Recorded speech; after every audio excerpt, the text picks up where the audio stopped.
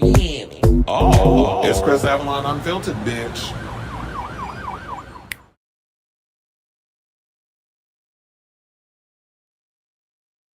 Hey y'all, what's going on? Welcome. It's your boy Chris Avalon, and welcome to a brand new episode of Chris Avalon Filtered. Happy Thursday. And this is basically a show where we talk about all things going on in celebrity news, hot topics, pop culture. It might get a little political over here if it infiltrates with the whole celebrity situation. So yeah, we talk about everything on this channel. And if that's a show for you, definitely stick around because we have a lot of tea to spill today, including we have some news on Hulk Hogan. He, I guess, makes 3 or 4. There's a lot of people that passed this week. And also we got results on how Burrell passed away, so we'll get into that. The Scooby Gang over at Buffy the Vampire Slayer looks like they've got their Scooby Gang, as I was saying, sorted out. We'll get into that. South Park basically eviscerated Trump over there in their season premiere last night. We'll get into that. E! News has been canceled after 32 years on air. We have the official release date for part 1 of the Michael Jackson biopic. Onyx, I did get your message. He sent me something where it was like the 25 best horror movies of the 21st century. So I added that to the show, and we'll get into it, see what they had to say over there at the Hollywood Reporter. GloRilla found herself arrested on felony drug possession charges. Shia LaBeouf finally settled his explosive sexual battery lawsuit against his ex-girlfriend, FKA Twigs. I thought we moved on from that, but apparently not. So we'll get into that. Aaron Phypers, who is the estranged husband of Denise Richards, she accused him of giving her a black eye and all that stuff. He's basically saying that Denise has a Vicodin addiction and she was cheating and all that other stuff. So we got that. Plus, it looked like we getting a documentary on Jussie, Smollett and them MAGA hoax allegations that he was going around saying was going on, and he's actually participating in the documentary. So we'll break that story down.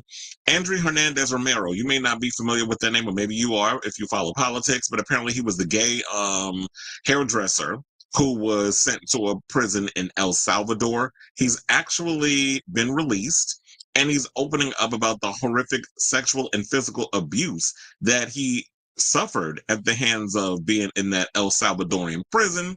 So we'll get into that story. So that's where the political stuff comes in. Plus, we have some drag race news. We have to get into this Mistress Isabel Brooks versus Willam beef. This thing has been going on for the past couple of days. I didn't have a chance. I've been still trying. It's kind of like the whole Nikki thing with SZA. Like, what the hell is going on with these? So all of a sudden, it's like a fight came out of damn nowhere. So we got to break that story down. And plus, it looks like Drag Race All-Stars 10, they finally made some history because it's officially the lowest rated episode, All-Stars episode, I should say, of all time. So look, y'all did y'all big one. You got the fans pissed off to the point that y'all ratings is slipping. So we'll get into that story and a whole lot more. Before we get to those topics, if you have not already, I'm damn near 4 minutes into the show. Hit that like button and that subscribe, and also be sure to smash the notification bell so that way you know when we go live with a brand new episode of Chris Avalon Unfiltered.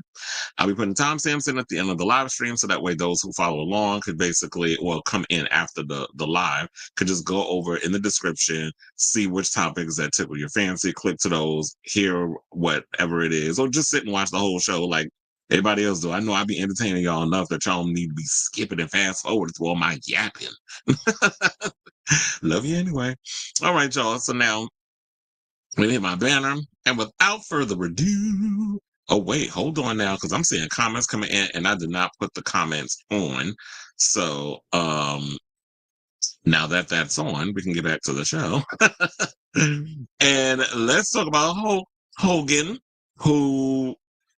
It's funny how I'm always in the weirdest of places when I find this tea out. So apparently I was at the Chinese restaurant getting my Chinese food. The Chinese man who know my order, I think he was just so heated from getting into it with a guest that he forgot to put my barbecue sauce up in the situation. Luckily I have some barbecue sauce in my fridge that I was able to accommodate my situation. But for the most part, I don't know, because it was something about some damn fries. Somebody told me they didn't get their French fries and they was charged this amount, and he was talking about he didn't charge him for this. It was just a whole, and he even took the time to explain it to me. I'm like, well, damn, I'm not the one that was going in on you about an order. But I guess because, everybody like me. All of a sudden, I got one of them faces where everybody just want to pour their whole life story and everything into a situation. But nevertheless, let's get back to this. So I was at the Chinese restaurant getting my boneless spare rib tips, pork fried rice order. Yes, I'm gonna tell y'all what I was getting. And I was just like, I was just killing time while I was waiting. Open up my phone. All of a sudden, I think somebody sent it to me. Oh yeah, it was. I went. Some friends of mine I'm in a group chat with, EJ and DJ, sent me a screenshot, and it was like from TMZ. And then I was like, well, damn, I guess. And then there was three because they always say they come in threes. But then, weirdly enough, I think that it wasn't necessarily three because there was like fours. But I think because the amount of certain generations of who they know, when we're talking about Ozzy Osbourne, when we're talking about Malcolm Jamal Warner, and then we're talking about Hulk Hogan. I know there were other people that passed away, but I guess maybe the way that people were looking at it, what was it, Connie Francis? I don't think a lot of people are really familiar with who Connie Francis is unless you're in certain circles. But when you talk about Ozzy Osbourne, a lot of people know who that is. When you're talking about Hulk Hogan, that's a whole generation of people, especially my generation. I grew up on Hulk Hogan.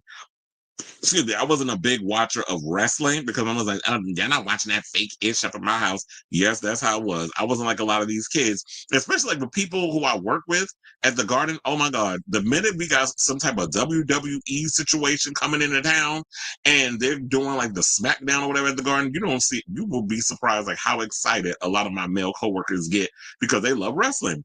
And it's like, it's fun to watch. I'm entertained by it, but I was never like swooped in or swooped up or caught up in the whole wrestling situation. But of course, I know who Hulk Hogan is because he was like one of the biggest wrestlers. Him and Andre the Giant and Macho Man Randy Savage. Like I knew all of them because I would see them and I was like, oh yeah. So I was in the restaurant. I was like, God damn, like everybody going. And I could have sworn just not too long ago, there was some company that just said that they secured a deal with Hulk Hogan. I'm like, I don't know how that's going to work now because he ain't in the union no more. So let's get into the story. So according to Variety, well, they said according to the Clearwater Police Department in Florida, Hogan died on Thursday morning due to cardiac arrest. So he pretty much had a heart attack.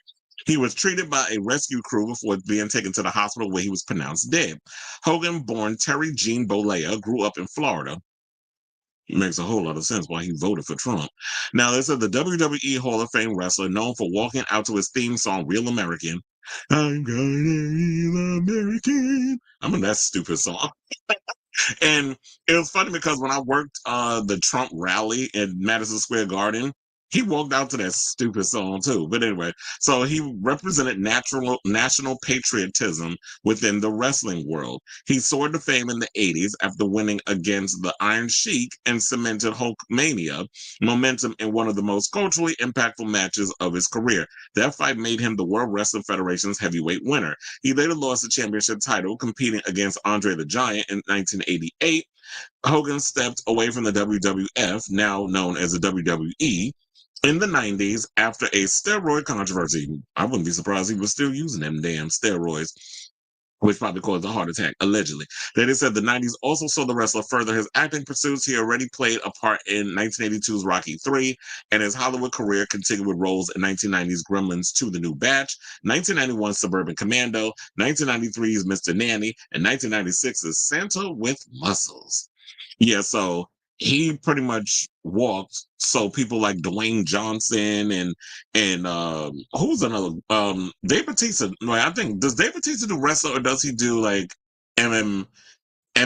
I think he's kind of flirted in both spaces. But oh my God, who's the other one? Peacemaker. Why can't I think of his damn name? All of a sudden I forgot his real name. But yeah, so a lot of these John Cena. So it's like a lot of these people who are now, you see them where they started out in wrestling and now they've graduated into acting. It's like we see Hulk Hogan was all in that in the 80s and 90s, but Dwayne Johnson and so many others have been able to take it further than I guess where Hulk Hogan didn't really get to do that. So maybe he was a product of his time that it was like, yeah, he was getting all these movie roles, but he didn't really do that many. So now Hogan decided to fight for World Championship Wrestling, a WWE competitor, in 1994. He debuted his heel persona, Hollywood Hogan, in 1996 and rejoined WWE in the early 2000s. Then he said WWE is saddened to learn WWE Hall of Famer Hulk Hogan has passed away. One of pop culture's most recognizable figures, Hogan helped WWE achieve global recognition in the 80s. WWE extends its condolences to Hogan's family, friends, and fans. The WWE wrote on social media. How many times in this damn thing have I said WWE? Y'all should have taken a shot.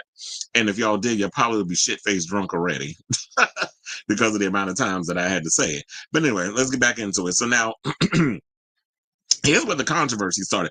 So they said in 2012, the online news outlet Gawker published a sex tape of Hogan and Heather Clem, who was married to Hogan's friend Bubba the Love Sponge. Now, Hogan then sued Gawker, and it's funny how you ain't mad over the fact that you was sleeping with your friend's wife and did a whole sex tape around it, but you mad because Gawker invaded your privacy, and then you won this $100 million infamous legal fight that shut down the outlet and led to a debate over online privacy and First Amendment rights. Although Hogan was inducted into the WWE Hall of Fame in 2005, the organization removed that honor in 2015 in light of his use of a racial slur in another sex tape. He was reinstated in 2018. That's during the, Trump's first administration. Although Hogan was inducted into the WWE Hall of Fame in 2005, the organization removed that honor in 2015 in light of the use of a racial slur in another sex tape. And they said Hogan was a supporter of Donald Trump and spoke in favor of the candidate at the Republican National Convention in 2024. So he has a wife named Sky. I wonder if that was the woman that he cheated on Linda with. And then he said, as well as his ex-wife Linda Hogan and their children Brooke and Nick. He and Linda's marriage lasted from 1983 to 2009. He was also married to Jennifer McDaniel from 2010 to 2021. So he's been hopping and skipping around in so many. Or is the Jennifer McDaniel the girl that he was messing around with? And then wasn't there a recent video that I had saw that Hulk and his current wife was sitting there mocking Linda? Linda was going off the rails on social media, and they were basically got on social media and started making fun of her. But I saw that the discourse, the only reason I'm talking about this is because there's been this online discourse that people are getting really upset with people who are like, oh, I don't need him. I better not see no thoughts and prayers and stuff on Hulk Hogan because he was a racist and this, that, and the other. And I think this is like a difficult one. I think where like people can feel how they feel, but at the same time, also we can't discount the fact that the man was a racist. Somebody went and posted something and said that now that now that Hulk is dead, Brooke can go back to dating black men. But I saw this thing on the Jasmine brand that I want to pull up where they was talking about the whole situation with Hulk Hogan. I don't know why. Okay, there it is. I was like, where are we? Yeah, so I saw this, and this is how people was reacting to the whole situation. So it was this. I had to put the sound off so that way you don't hear it. That they're talking about basically Hulk Hogan dead, Black Twitter. They taking a pull on a cigar, and they're up there talking, and everybody in the background just like chilling and enjoying it and all this other stuff. So yeah, what they were saying was, because let me go over to the Jasmine brand so that way I can read this whole thing. The one thing I hate about a lot of these Instagram situations is that they make it so hard to read what the hell some of the stuff that they're saying up there. I was like, where is it? Okay, so it says, while some are mourning the WWE legend, others are openly celebrating due to his past racist behavior. Hogan has been criticized on several occasions for making racially charged remarks. In 2015, things came to a head when he was caught on tape using the N-word multiple times while discussing his daughter's dating life, which is why I said the joke about the fact that now that her father's dead, she can go back to dating black men. Saying he didn't want He didn't want her dating a black man and admitting, I guess we're all a little racist. The incident led to the WWE cutting ties with him and removing him from the Hall of Fame. He was subsequently criticized for his apology tour, where he focused more on warning others not to get caught saying the wrong thing rather than addressing the actual harm these words caused. While some are using the moment to justify celebrating Hogan's passing, others are defending the wrestling icon, arguing that one's death shouldn't be celebrated no matter their past. Okay, first of all, get off your goddamn high horse with that, but we should be celebrating the death of the because I guarantee you, if Donald Trump was to pass tomorrow, a lot of y'all that's saying that shit now about Hulk Hogan, y'all will be changing y'all tune. So if y'all gonna keep it real on one, you got to keep it real across the board. So let's not do that. That was like, oh well, we shouldn't be celebrating, and y'all talk about all that karma BS. So yeah, some people say not beating the allegations for being effing degenerates, are you? Another person, and it's sad we think that makes us better people. That's just sick. Have some compassion. Disgusting. Well, did he have compassion for a lot of black folks when he was alive? And they said the biggest effing losers alive are crying because normal people are celebrating that loud and proud racist Hulk Hogan is burning in hell. He spent the last years of his life hanging out with KKK members and Nazis while promoting his piss beer. SMD cry. And it's funny because coworkers and some coworkers and I, we were talking about that whole his beer and all the other stuff. I said, only beer I like is Corona.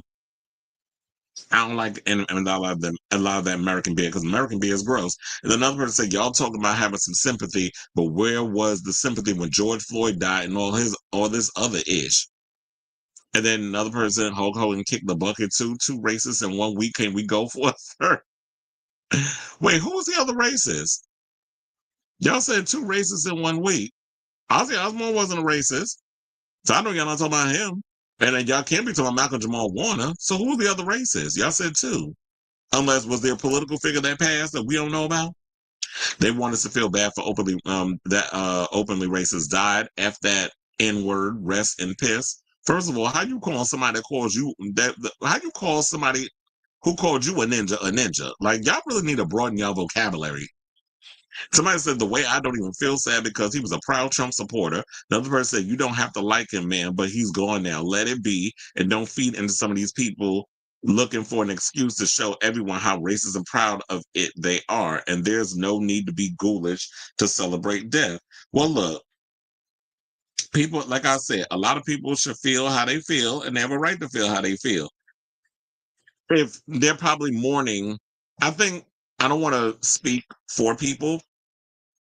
But I feel like people are probably mourning the man that Hulk Hogan was before they knew he was a bigoted moron versus, oh, well, y'all knew he was a racist and you wanted him anyway. No, it's that people love wrestling. People like the art of what he was giving. It's kind of like if you like a certain actor or a certain musician because they got you through a certain period in your life or whatever. That's what you're mourning. It's not like you agree with the fact that they're a racist or they're some sort of a bigot. But it's crazy how like people literally have to reiterate this when they're writing it in something so that way they don't get crucified. We have to be able to have these type of conversations where we're not so quick to cancel people just over the littlest of things. It's kind of like yesterday we were talking about Laverne Cox. Everybody talking about she need to be canceled and I was like, no. Just like she want to sit around and try to educate us and teach us like she damn Professor Laverne, then there's times when we need to she can receive the same kind of energy where we got to sit her ass down and explain things to her on her messing with that mega cop. And it's like, we don't need to go into that again. I already said all I need to say yesterday. And I will upload that clip separately later on when the show is done. I was busy doing a whole lot of stuff all day, so I didn't really have time to do that. But nevertheless, let me wrap this up. So, yeah, I just think that a lot of people are of two minds in this situation. And they don't, I feel like they're just mourning the person that they're mourning Hulk Hogan. They're not celebrating Terry, whatever the hell his name was. I don't remember his damn name. Don't care. Terry Bollea, whatever the fuck. No, that's what they don't know that man. They know Hulk Hogan. They like that person, not the one that showed up at the Madison Square Garden during the Trump rally or the RNC and talking about how he's using the N word and basically saying that, well, next time I know that I got to make sure I don't get caught on camera saying some old bigoted stuff instead of just owning up just keeping your mouth closed and not just being a bigot. So I say all to say, what do you guys think of this story regarding Hulk Hogan? As I said before, it's like, people are on the fence about it. There's some that are glad he's gone, and then there's some that's just mourning the talented wrestler. So let me know what you guys think of this story in the comments down below.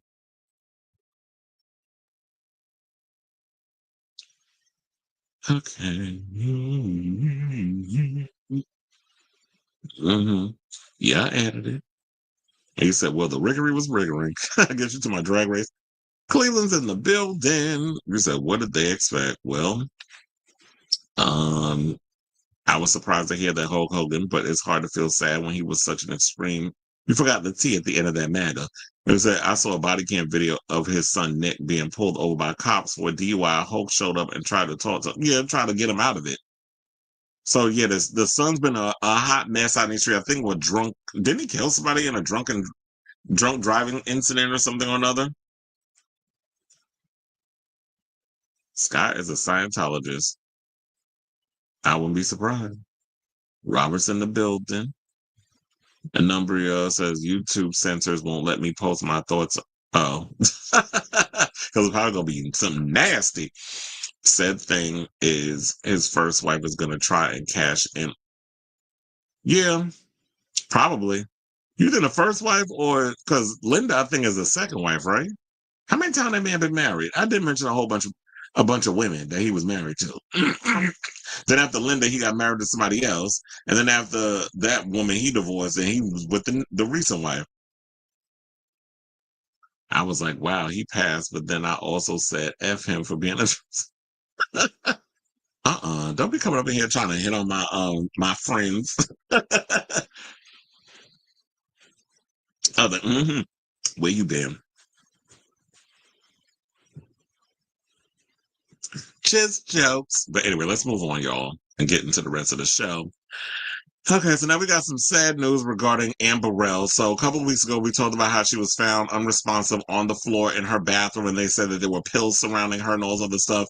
And in the back of my mind, I was like, I hope this lady didn't unalive herself. I didn't want to say it on camera because I don't like putting that type of stuff out there, and I don't want to be out here like, could you say something so hard? Well, I'm glad it's been confirmed by the medical examiners, because I'm like, if you found somebody, if the husband wasn't seen as like any kind of foul play or whatever, and she was found in the bathroom, and they said that there was pills surrounding her on the scene, then I'm like, yeah, she probably just took her own life. And from what people have told me, because she's come to my job many a times, I never had the pleasure of meeting Burrell, but I have coworkers who have gotten to work with her when she's in and out of the suites and stuff, or when the celebrities are in and out of the suites. And so everybody said that she's very nice. Like, she's always lovely. She says hello to everyone. She's she's very friendly and everything. And I feel like this is the same thing with Anthony Bourdain. Remember when there was always stories about how, like, everybody who's always like so happy and chipper and all this other stuff, and then you never know, like, when they always got this big smile on their face, that deep down inside there could be like some dark things brewing. And that's why they always say check in on your strong friends, and because you never know what they're going through.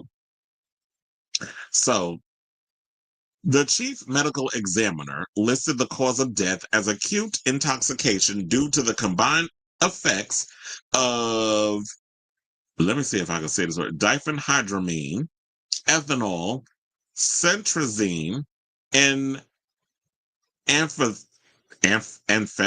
Child, I could have probably been a doctor. Or I could play a doctor on TV. Can you imagine? I'd be stumbling over these words. There was like amphetamine, ethanol, cetrizine, diphenhydramine. I was like, I could be a doctor on TV, not in real life, because I ain't operating nobody or prescribing medications that y'all would send my ass to jail, because I probably would be a prescription drug dealer.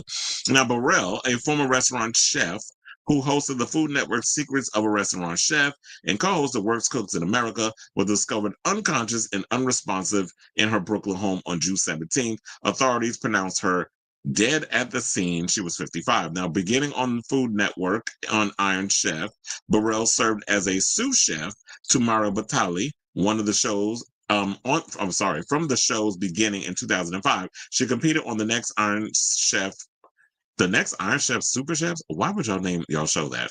The next Iron Chef Super Chefs, and won a contestant and was a contestant on Chop All Stars tournament. Her first headlining act came in 2010 as a co-host and mentor on the first season of the network's Worst Cooks in America, which she led for 27 of its 28 seasons. She also hosted Chef Wanted with Burrell, and was a regular guest talent across Food Network's programming with appearances on Rachel Ray, The Kitchen, and Guilty Pleasures. Now, beyond television, Burrell served on the Garden of Dreams Foundation Advisory Board. You want to know something that makes a whole lot of sense why I see her at the Garden a lot. Because Garden of Dreams is something that my company is involved in. So now when they mentioned that, I was like, okay, it makes sense why she's always there. Okay, so and she was a celebrity ambassador for the Juvenile Diabetes Research Foundation. She opened her own restaurant, Phil and Ann's Good Time Lounge, in Brooklyn in 2017. I also heard she lives in Brooklyn, too. The final season of Worst Cooks in America, which sees Burrell return to the series, debuts in July. Well, it probably did it debut already? Because it is July.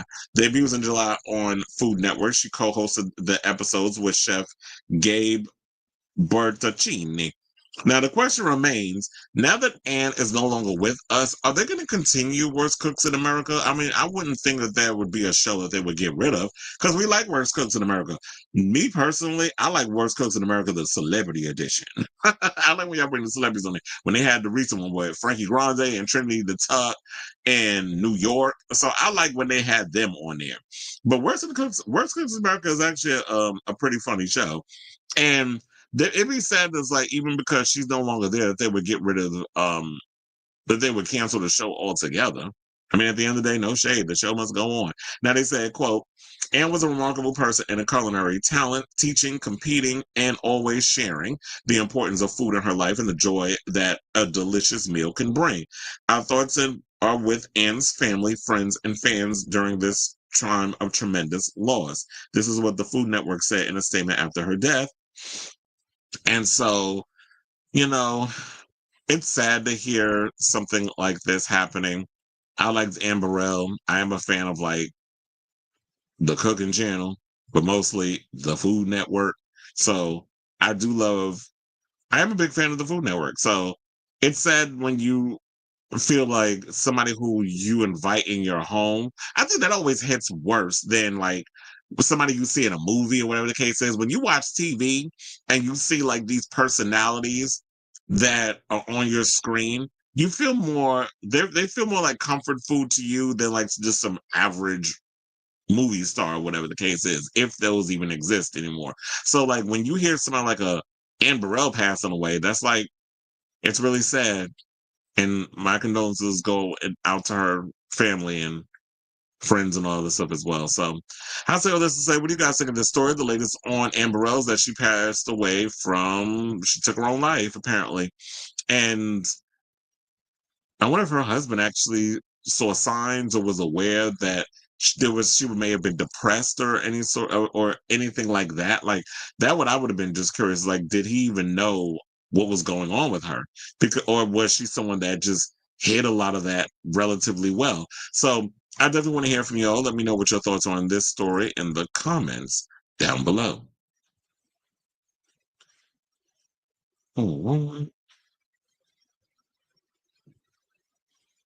He said, I don't know why she would do that. Something seems wrong. Yeah, it could have been like she was going through, like, maybe she was going through some personal stuff.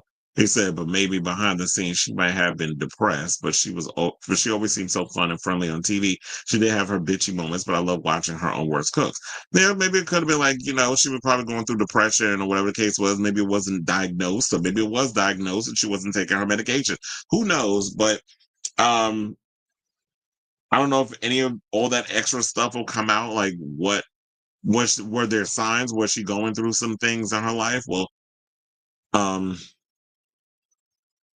what is it? I think they were prescription pills. But I'm like, all the mixes. I'm like, damn, what you get all the mixes for? What is that it was?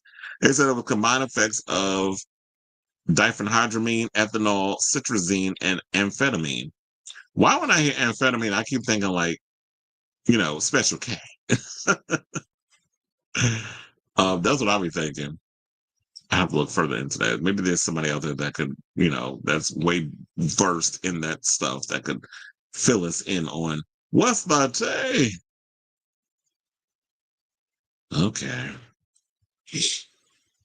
All right, so now let's move on. Let's talk about Buffy the Vampire Slayer. So Sarah Michelle Gellar a couple of days ago revealed that they had their first table read for, she showed her little card, and I saw some sleuths were sleuthing around, and they were trying to zoom in and flip it in reverse the picture of the script and stuff that everybody was doing. And I always love those, but it's like, you know what, when you do a show, it's like everybody's at the table, they're doing the table read, and so they can get a tone and a vibe of how to, read the lines and things. So it looks like we may have our Scooby Gang. And if y'all, so we have, which basically was like, remember when we watched it back in the day, the Scooby Gang consisted of Buffy. I guess we can consider Giles because Giles was the Watcher. So it's Buffy, Giles, Willow, Xander. Of course, we had Oz later on in the seasons. We had Cordelia until she went off with Angel to the City of Angels. And what are any other members? I mean, I guess Anya because she was dating Xander. And then we had Tara until she got her life taken, and then Willow went full Dark Willow, which is still like one of my favorite episodes. But anyway, let's get into the situation at hand. So,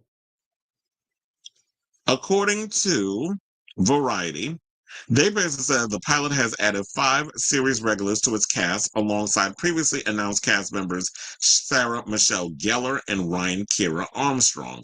The new additions are Fali Rokoto Havana from Unprisoned, Secret Society of Second-Born Royals as Hugo, Ava Jean, A Week Away, Law and Order SVU as Larkin, Sarah Bock from Severance as Gracie, Daniel Di Tommaso from Witches of East End and Major Crimes as Abe, and Jack Cutmore-Scott, who starred in Oppenheimer and Frasier as Mr. Burt. So there we have it so far. So they said the pilot was first reported to be in the works back in February.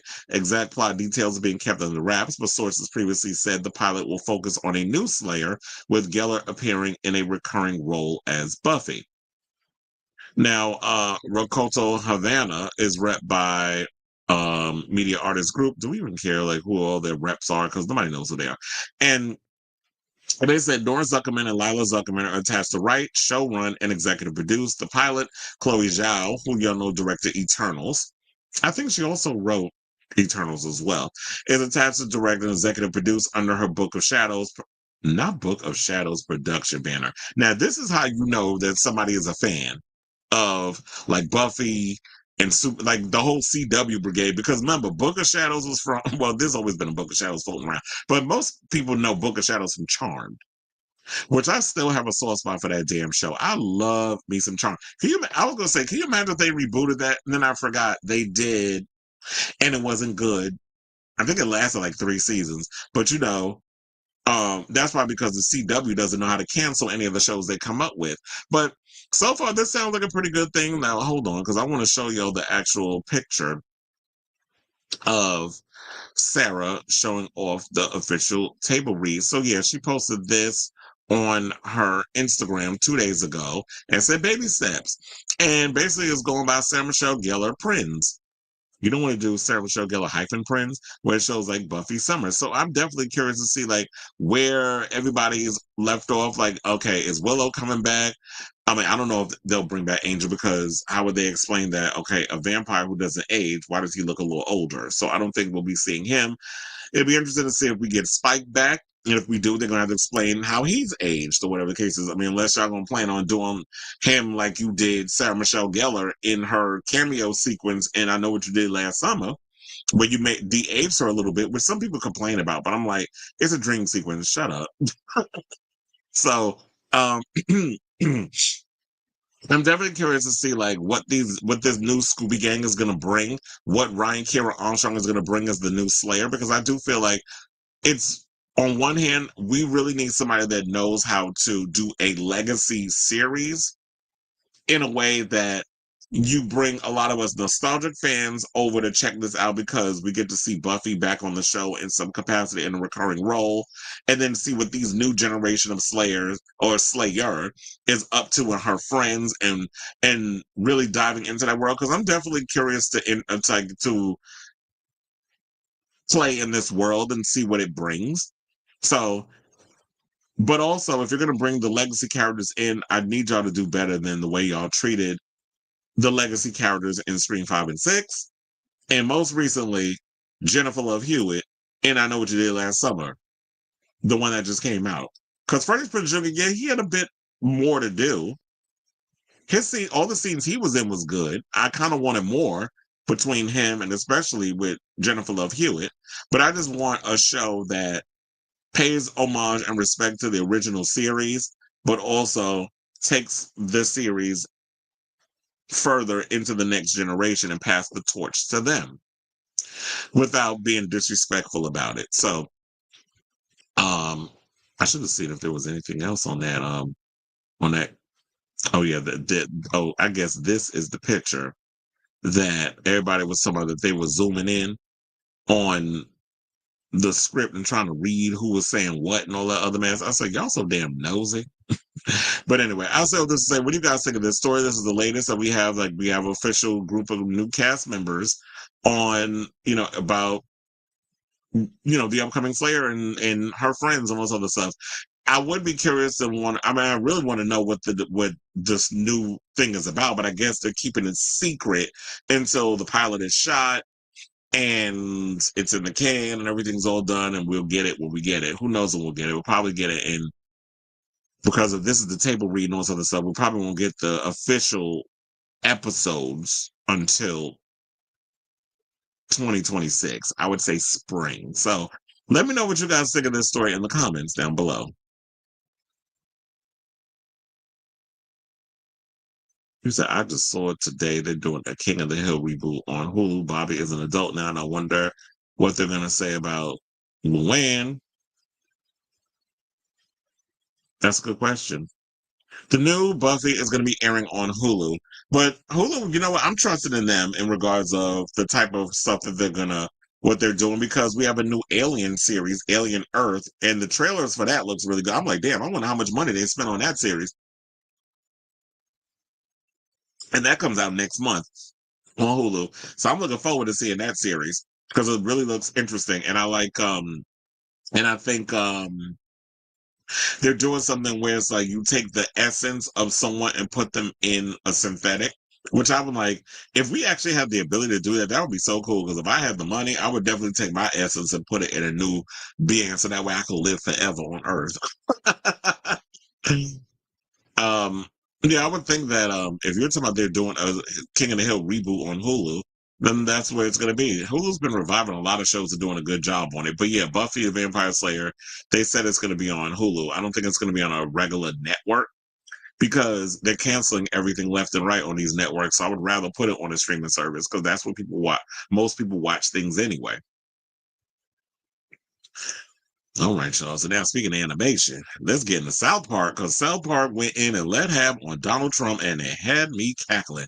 Now, South Park came over its 27th season on Wednesday night, and in its debut episode, Trey Parker and Matt Stone literally put Donald Trump in the White House and in bed with the devil. This kind of reminds me of, didn't they have that in what was it called? South Park Bigger, Longer, and Uncut, where what was it that the devil was in bed with? I'm trying to remember because it's been so long since I've seen that movie. Wasn't he in bed, like Saddam Hussein was in the bed with the devil?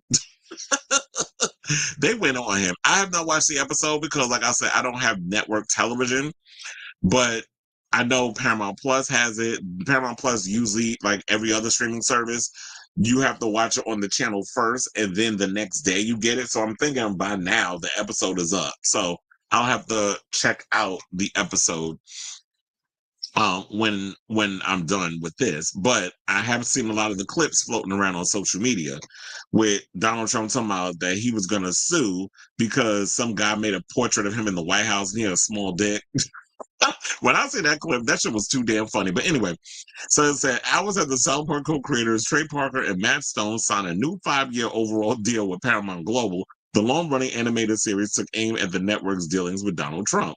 Now, Wednesday's season 27 premiere, Jesus, this show has been around for a long time, just about as long as The Simpsons, featured the president complaining about the size of his manhood in an official painting, then crawling into bed with and trying to be amorous with Satan, who rejects him and complains about the size of Trump's manhood, and for the record said, manhood is seen, well, barely given its size, multiple times throughout the episode, including in a photorealistic segment at the end of the show.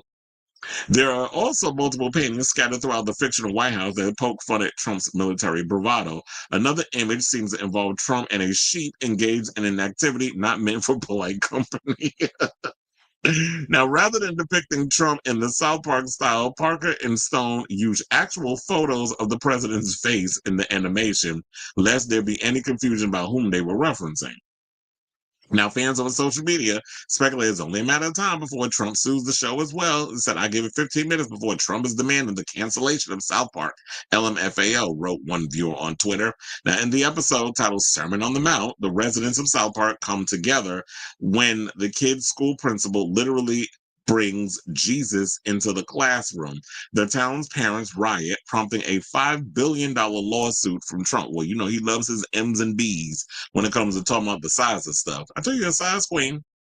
Everywhere except between his legs. Now, earlier, Cartman is upset over the cancellation of NPR, which his mother tells him is Trump's doing. He likes the service because he sees wokeness as comedy.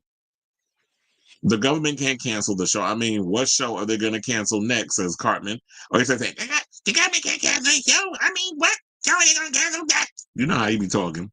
At one point, Satan confronts Trump about rumors he's on the Epstein's list, a topic that sparked Trump's lawsuit against Wall Street Journal publisher Dow Jones and owner Rupert Murdoch. And it's funny how all this stuff is coming out. And you want to know something? I happened to see this meme and I was like, let me go over to my Facebook and read that one. Because I was like, y'all was spot on with this. Where they basically, come on, because sometimes this damn, I don't know what's be going on with this damn internet. Where is it? Because I could have sworn that I put it in here. Okay, so one person wrote, I don't remember who it was. It says, I think it's Trisha H Top X. I don't know. It's too damn small. I can't read it. But anyway, so the person said it should be noted how quickly South Park took the news of Colbert, wrote it in the show, kept it hush hush, secured the money, just to basically turn around and say, cancel us if you dare, we'll sue you. Like, this level of genius needs to be studied. Well, that's because Trey Parker and Matt Stone are smart. And then I happened to come across this article, which child I gagged, where there was an article that came out in 2016 from the Daily Chaos, I think it's Daily Chaos, KOS, where they said, we all knew about the trafficking. Talking about that the reason why Donald Trump is going after anybody who talks about Jeffrey Epstein and all this other stuff is because he and Jeffrey Epstein were in cahoots and they were trafficking young girls and they were using certain modeling agencies and his beauty pageants as a front. So the article basically is called, We All Knew About the Trafficking, The Untold Story of Trump Model Management Part 1. And then it said that one person said, I worked with Trump's model casting. We all knew of the trafficking.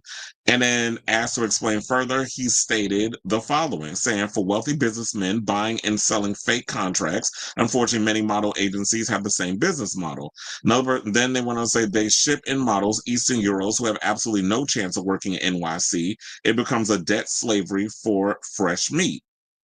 These tweets came from the account of Wade Turnbull. His remarks echo the sentiments of many who have worked with Trump model management. Turnbull's remarks are notable in particular because of their timing. They were made a full 2 months before the Mother Jones article outlining the immigration fraud, financial exploitation, and generally deplorable working conditions at Trump's agency were made public. It should also be noted that Mr. Turnbull, judging by his Twitter feed, is no fan of Hillary Clinton. This is simply his impression based on the experience of working with the particular agency. He is far from alone in his views. Now, by about a month ago, I came across a Mother Jones article about Trump's modeling agency and its treatment of a young, largely immigrant workforce. The story was, in a way, the height of irony here was a man who built an entire campaign on his third line stance against immigrants, and all the while his business was committing full-scale immigration fraud. But as I read on, I was struck by how much of it all resembled the business model of sex trafficking, something I have researched and written about extensively. I was like, what the hell just happened? I hate when I'm scrolling and then all of a sudden something else opens up. And then it said, I'm not alone in my impressions. Others who commented on the Mother Jones piece and the subsequent coverage made similar observations. MSNBC's Chris Hayes commented that Trump's models seem to be borderline human trafficking, initially making the comment on Twitter and later in dedicating a segment of his primetime show to explore the topic. Seth Meyers, for his part, did a segment on the MJ piece as well, comparing it to an episode of Law & Order SVU, while his commentary was cloaked in his usual sardonic humor. Seth's disgust was evident as he wondered aloud if this prospect of Trump harboring sex slaves in his proverbial basement would be enough to make voters sour on his candidacy. At the time this story broke, I assumed it was going to blow up. I assumed that follow-up reporting would be done and it would become the major story of the 2016 election. I thought it might even open up long overdue dialogue about trafficking and how our broken immigration and criminal justice systems enable its existence. But that never happened. To my astonishment, the story disappeared in the ether of the 24/7 news cycle and seemed to be all but forgotten within a week.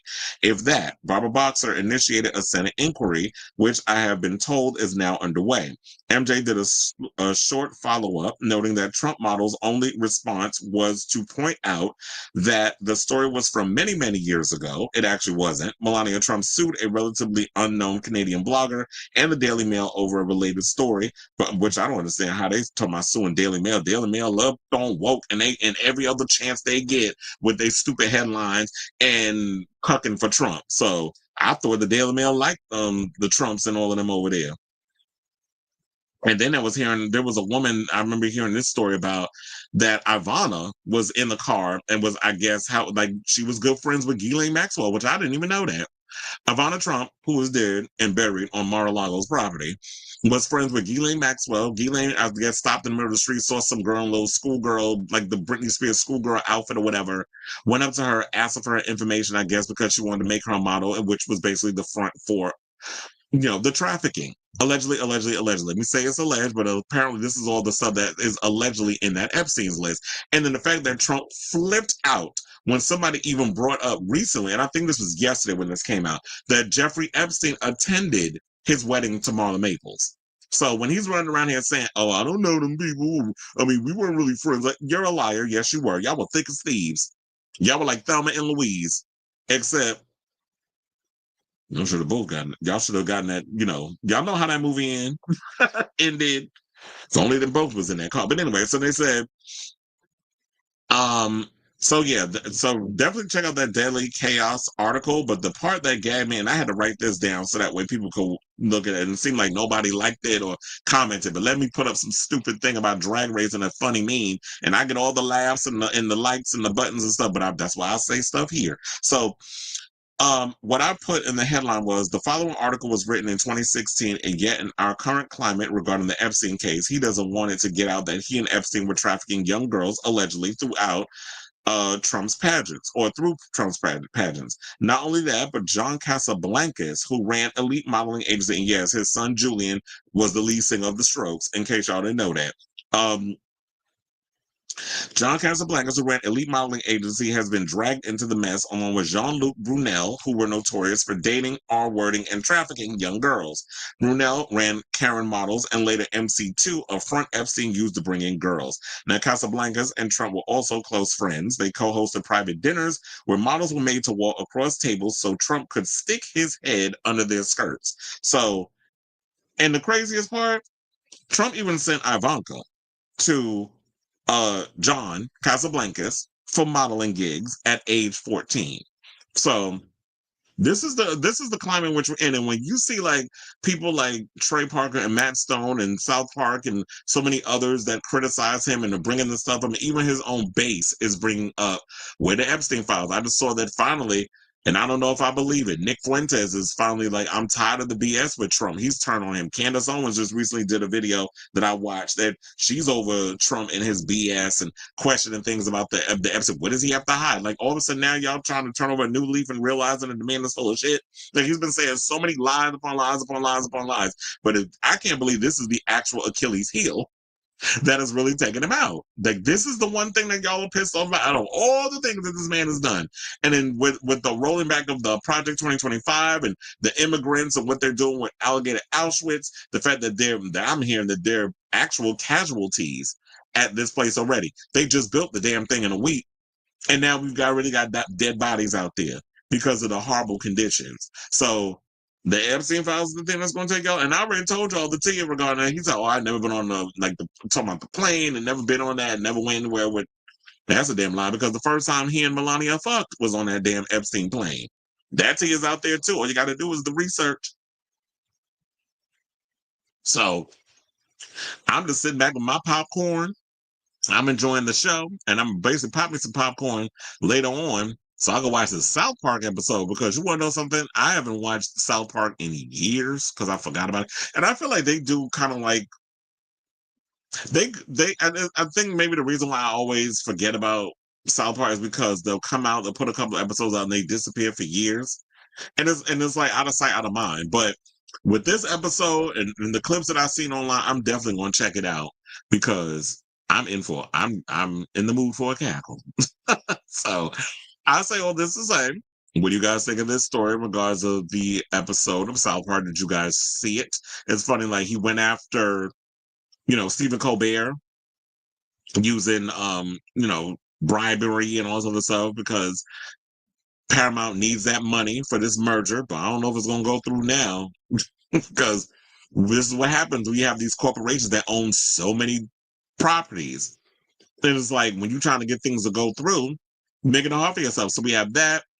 He went after Colbert. Now he's going after The View because he didn't like something Joy Behar said about him on The View yesterday. And now I would not be surprised if, South Park is next. But look, we cannot sit out here and be afraid to voice our opinions in regards of, because he wants to be this authoritative fascist wannabe. And it's like, you just doing it all wrong. You are not as fit the perception of authoritative and scary, like a Netanyahu or Kim Jong-un and all these other dictators. So it ain't working. But I definitely want to hear from y'all. Let me know what your thoughts are on this story in the comments down below. All right, we got a lot of people. Oh, you said, yeah, South Park. Mm-hmm. You said, yeah, Saddam. Oh, okay, you said it was Saddam. I was like, I remember it was somebody. It's on Paramount Plus. Yeah, I know. I have Paramount Plus. But first of all, anything with Viacom is on, or Paramount that is owned by them. It's on Paramount Plus. But I didn't. You have to wait a whole day for stuff to come out, which I don't necessarily mind because I do that anyway. Like I watch stuff late anyway. I think the season is going to focus on Satan. So it's going to be a multitude of episodes. That'll be the funniest part. This might be the most effective way to damage Trump's hold on people because maggots don't understand studies and statistics. You got to talk to them literally, not 13-year-old Call of Duty players. And you said Satan said, you remind me of someone I used to. Like who? Saddam Hussein? No shade to call. Okay. Well, sometimes we grow up. I heard Ghislaine wants to testify, but she's being kept from doing it. Well, look, if we oh yes, I'm like you didn't know that? Yes, Julian Casablancas from The Strokes. His father was John Casablancas, who ran Elite Modeling Agency. A lot of nepo babies out there. He said this Epstein thing is probably going to go on for at least another 6 months to a year. He wants to. Well, look, I love the fact that he's trying everything he can to make this thing go. Even saying that Obama was the one that kind of wrote the Epstein list and Hillary Clinton. I'm like, stop pulling stuff that no, not even your most delusional MAGA cult followers believe that. So it's like, stop it. It's not working. He's trying everything. It's not working. Yeah, that's a problem when it comes to lies. It's hard to keep up with them. There's only that's a good question. If South Park killed the murder. Oh yeah, and then I forgot the White House did clap back at Donald Trump and stuff. They called the show irrelevant. Oh, they ain't been relevant in 20 years. I'm like, really? Because I beg the difference. They haven't been, and that's y'all go to. Y'all don't have nothing else. Like y'all vocabulary, it just goes to show. Excuse me, your vocabulary is very limited because y'all say it about everybody. You said that about The View and Joy Behar the day before. Now today, you say the same thing about South Park. So the next person that talks about they're irrelevant, but they're so irrelevant, you talking about them and you putting it in as a statement. I think South Park finessed that 1.5 billion, and yeah, that's what I said. They were smart. They made sure they had everything in the contract. They wrote what they wrote, probably because they didn't think that they would be fast to slip in their little Trump thing. I was like, oh no, we got something for that ass. We about to come up with something y'all not even gonna realize, and then put the episode out, and there it is, and now they over there gagging. So they were smart with doing that. And look, they don't have to work ever again. They've just made so much money off of South Park. I did see the AI video. I saw from I didn't see individually. I saw that I was watching Kyle Kalinski's show and he showed the stupid arrest video. Yeah, they try to put that out there. And I'm like, his base is not buying it. Like, come on. This man's a clown. All right now. Okay, so now I guess we got some news for those who actually still watch or get their entertainment from linear television, which I don't think many people do. Hence why E! News has just been canceled after 32 years on air. I'm like, God damn, who even realized? I didn't even realize that they were on that long. But look, you had a good run, but the times they have changed. The way people receive their celebrity entertainment news information is not the way that they do it from, you know, going on the channel and waiting at 7 o'clock or whatever time they come on to get their celebrity news and gossip. Which y'all don't really do gossip. They just do like, okay, we're gonna interview the cast of Fantastic Four, or we're gonna talk about Julia Garner and her new movie Weapons. Like y'all don't be really out here giving it like how we give it. I think people now want the Wendy Williams style of entertainment delivery. So that's what people are looking for. And then we have podcasts, which no shade. I feel like podcasts, some of y'all I don't not look. Everybody don't need to have a microphone in their hand. Not everybody has the ability to do what we do, and it's just too many y'all running around getting opportunities to be podcasters or interviewers, and the y'all delivery, the way y'all be interviewing people, I just be like, who trained you or didn't train you? Because y'all could use some. So according to the Hollywood Reporter, they said E! News has been canceled and this is according to a source with knowledge of the decision, told the Hollywood Reporter. It will officially end on September 20th. Oh, funny. 9/25/25. So September 25th, 2025, the nightly entertainment news program launched in 1991. The show has a 2-year hiatus, or had a 2-year hiatus during COVID. E! News will continue on as a digital brand. So yeah, it's like everything's moving over to digital because nobody watches TV unless you're my parents. And even them, like, I've given them like I have them on a lot of my digital stuff. Like Hulu and Amazon Prime and MGM Plus, which a lot of people weren't even aware of MGM Plus. But MGM Plus, I have that because it's a part of the whole Prime Video thing. So that's why I have it. And they have some pretty good stuff. Like they had From on there, but now they have that new show. I think it's called The Institute, which is based on the Stephen King book. I definitely want to check that out. I haven't gotten around to that yet, but for the most part, it's like, yeah, if they go to digital, but I'm like, okay, so y'all going to digital. Will people even care once it goes there? I don't know. So they said employees learned of the cancellation news this morning. THR is told tonight's show will be a repeat. New episodes will resume next week, probably because they're like, damn, they're all mad. So next week, so by that time, when next week rolls around, they've already had that feeling of sadness and all that other stuff. They've gone through the mourning period. So by the time they come on next week, everybody's right as rain and get back to work. So now they said Access Hollywood and Access Daily will continue on as normal from their production facility at Terrace Studios.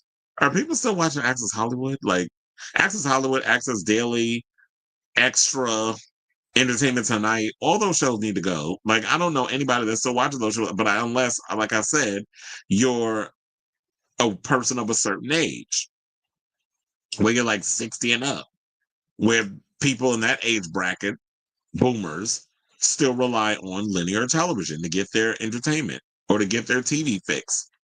So now some E-News correspondents will follow the channel to Versant, formerly referred to simply as Spinco, the source said, though those roles are TBD. Universal and NBC Universal has split itself in two. The NBC Broadcast Network, the studios, Peacock and Bravo, will stay as key pieces of NBCU. All the rest, USA Network, Sci-Fi, E, CNBC, MSNBC, Oxygen, the Golf Channel, plus Digital Business Fandango, Rotten Tomatoes, and Golf Now will make up new company Versant. Versant will be led by CEO Mark Lazarus, Chief Financial Officer and Chief Operating Officer Anand Kinney. I don't know any of these people, so we're going to move on from that. And so they said cable news E still airs some original programming like Botch Presents Plastic Surgery Rewind, but that's the show they have Kim Zolciak and her daughter Brielle's on it, and Aubrey O'Day and a bunch of others. Honestly, Cavalieri, the headline tour, she headlining, as well as acquired content. The network recently announced upcoming series Kimura Back in the Fab Lane and E's Dirty Rotten Scandals. The network remains a destination for red carpet coverage, as well as January's Critic Choice Awards. So that seems like to be the only time I think people really tune into E is for their red carpet coverage. And I guess when they do award shows and things, like they said, the Critics' Choice Awards. But I could have sworn that was on Netflix or something or another, or was that something else? The one that Chelsea Handler hosts. I don't even know, but like I said before, I don't know many people that still watch this, get their information from linear television, unless, like I said, you're a person of a certain age. But for the most part, I feel like people of my generation and younger, they're coming to like YouTube and so many other platforms to get their fix regarding what's going on with celebrity news and gossip. So people like myself, or I guess Perez Hilton, Funky Dineva, and anybody else that's out there doing celebrity news and gossip. So, but I'm sure Justin Sylvester will bounce back. Miss Mama's over there on the right. She'll figure out a gig. Somebody told me that he had a new gig or something or another. I don't remember where because I forgot. But Justin will have, he'll find something to do. So I say all this to say, what do you guys think of this story regarding E! News being canceled after 32 years of giving celebrity news and gossip? But like I said, the way that a lot of these corporations are now, y'all not giving the fandom the news the way that they want it now. Like the way that entertainment would circulate and the access to celebrities and that sort of thing, that whole vibe, that whole situation has changed. Like the way we receive information has changed. So unless linear television figures out how to get on board, you might as well either get canceled, move to the side, or just die off like everything else and linear television is about to go through. So let me know what you guys think of this story in the comments down below.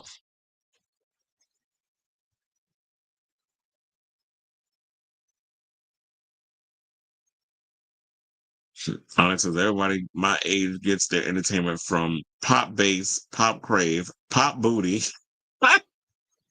Yeah, I believe it. The new generation, they get all their information from TikTok, which according to Trump is going to be banned in like September, mid-September, if they don't sell it to the Americans.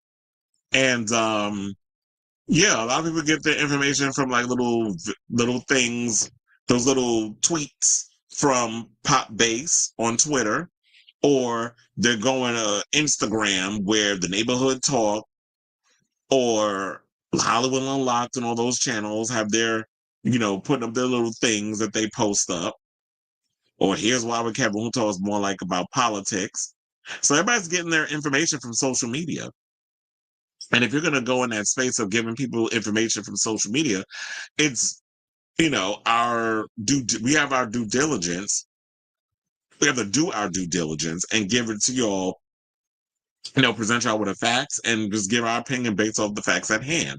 Then there's some people that just pull stuff out their ass and wonder why they get sued, but that's not how I deliver the news. I give y'all the news based off of what's on the thing, and we dissect it and say if we believe it or don't believe it.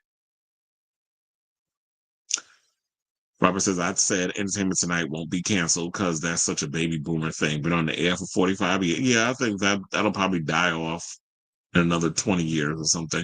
I get my news from TMZ, CNN, Daily Mail, Neighborhood Talk, and others. Not child, that's where I'll be going to get all stuff too. Not CNN though, because CNN is basically MAGA light. They've gotten that way a lot lately, especially their network, their channel, and some of the pundits they be having on there.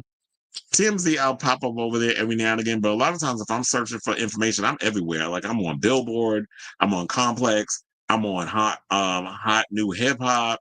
Sometimes I'll go on the Jasmine brand. Like I'm always looking everywhere for tea. And then the gauge sites, I'm on Pink News, Out, Advocate, Pride. Like I'm looking everywhere for stuff. Whatever's, out here interesting. I stopped watching Access Hollywood. Yeah, I stopped watching them a long time ago too. Once I started moving around like a gypsy and not having access to a television, I couldn't keep up with all of that stuff. So I stopped watching like Access Hollywood and Extra, but yeah, I see the clips too. They said I would watch Access, Extra, Destination, etc. when in late at night. And it was the only thing interesting to watch. That's how I was introduced to Portia and the Brat. Oh, you're talking about Dish Nation?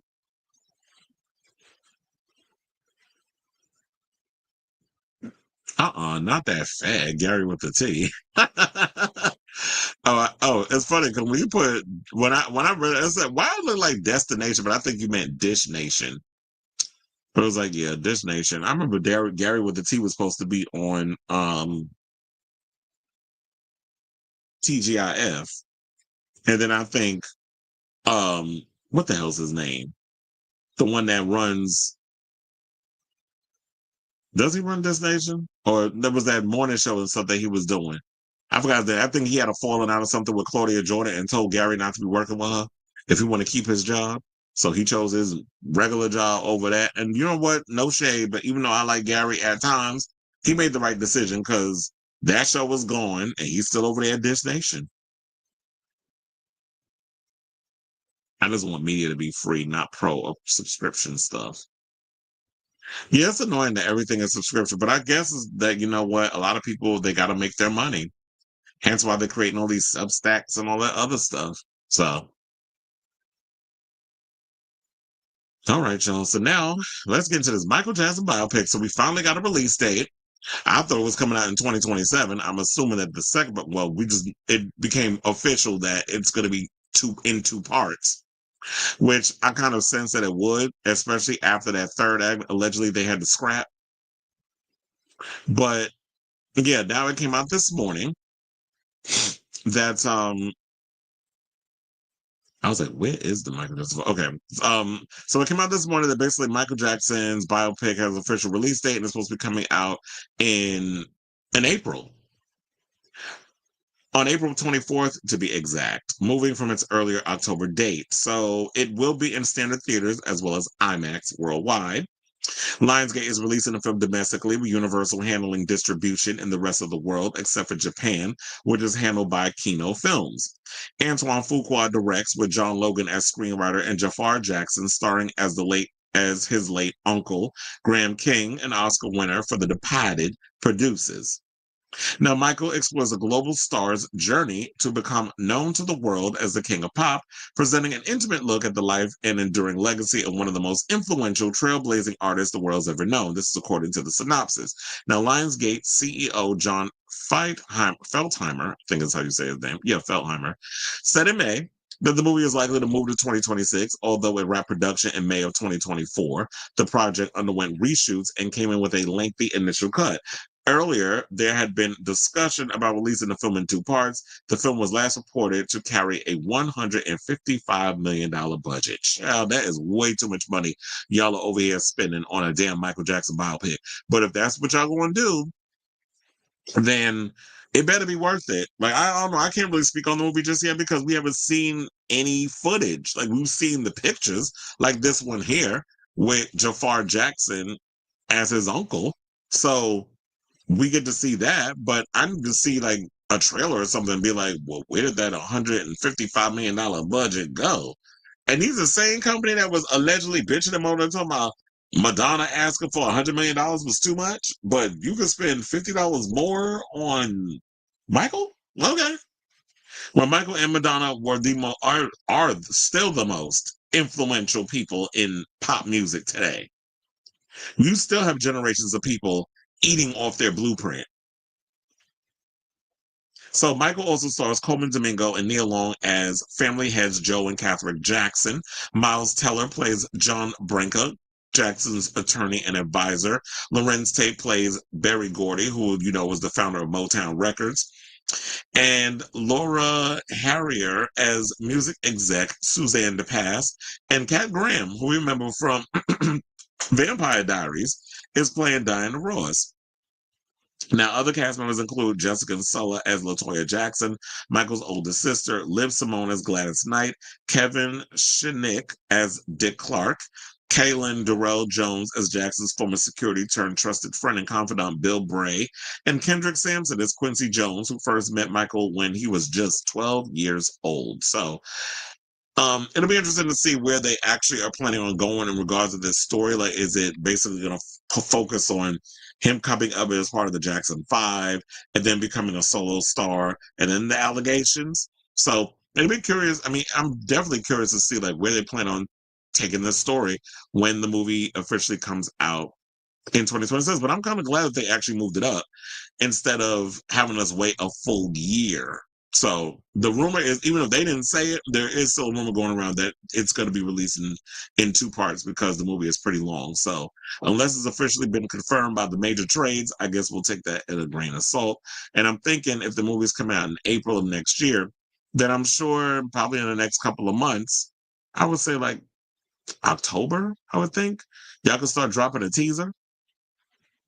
So I say all this to say, what do you guys think of this story in regards? Now we have news officially that the Michael Jackson biopic is coming out in April of next year. So whatever your thoughts are, let me know in the comments down below.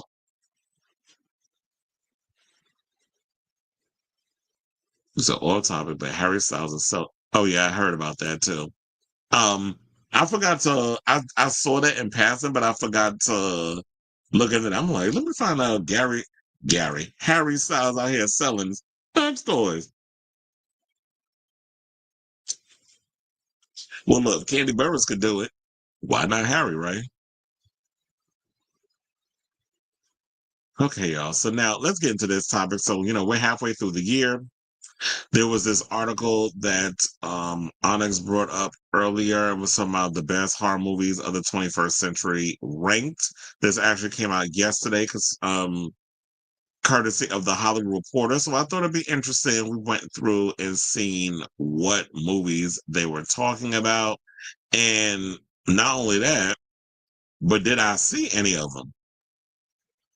So, and how do I think where they rank? So now it says, from razor edge satires to dark fairy tales, inspired haunted house riffs, and shredding accounts of supernatural possession, the 2000s have been a gold mine for fright freaks. So Shout out to David Rooney for this story. He says the post-pandemic theatrical landscape has mostly been an anxiety disorder punctuated by the occasional high, but one genre has consistently drawn audiences back to the multiplexes over the past few years: horror. No longer just pegged to Halloween, horror movies now dot the release calendar year-round. Megan 2.0 may have fizzled last month, but 28 years later found new blood in a franchise only a fraction younger than its title. The legacy sequel, I Know What You Did Last Summer, which opened last weekend, tests the limits of 90s nostalgia, while Dave Franco and Alison Brie's Sundance body horror hit Together arrives July 30th. Sidebar, I actually heard that Together is pretty good, and now that's piqued my interest. And then we have Weapons coming out next month with Josh Brolin and Julia Garner. I just saw the new Five Nights at Freddy's 2 trailer earlier, so that looks pretty interesting. It looks actually pretty scary because the last one wasn't really that scary, but it looks interesting. So we've had a couple of really interesting, it's been an interesting decade for horror, to be honest. So now, since the turn of the 20th century, horror, the first literary form and later in movies, had reflected social anxieties about a rapidly changing world. Now, in the 21st century, plagued by such concerns as global warming, the rise of AI technology, democracy in peril, and the demonization of the other, it's unsurprising that horror in the past 25 years has become unusually fertile terrain, ushering in what might arguably be called a new golden age for screen terror. That made it a challenging task to whittle down a roundup of just 25 favorites covering studio releases and indies. American International. For every film included on the entirely subjective rank list below, a handful of others regrettably got bumped. See honorable mentions for several of them. So yeah, they're trying to say that I make no apologies for personal references and lean more towards atmospheric and allegorical horror than sadistic shock, so you won't find the human centipede slithering here. Likewise, I'll take monster movies and ghost stories over torture porn. Don't look for solid or hostile representation. And as much as I enjoyed X, Pearl, and Maxine, Ty West's playful trilogy showcasing the vixenous charms of Mia Goth, I opted to skip slasher flicks in favor of the occult. Well, I feel like this list is probably gonna piss me off because I'm not really big into occult horror movies. I'm not really big into torture porn either, although I do like Saw and Hostel. And X was good. Pearl was good. I still have not gotten around to seeing Maxine, but I've heard so many people say like Maxine's not that good. And he said, finally, please don't bitch and moan about David Lynch's incomparable Mulholland Drive. Not being here. Love it, but the genre-defying stunner is not horror. So the honorable mentions they mentioned is this: Barbarian, which came out in 2022. I actually like Barbarian, and that's what made me a fan of Zach Cregger.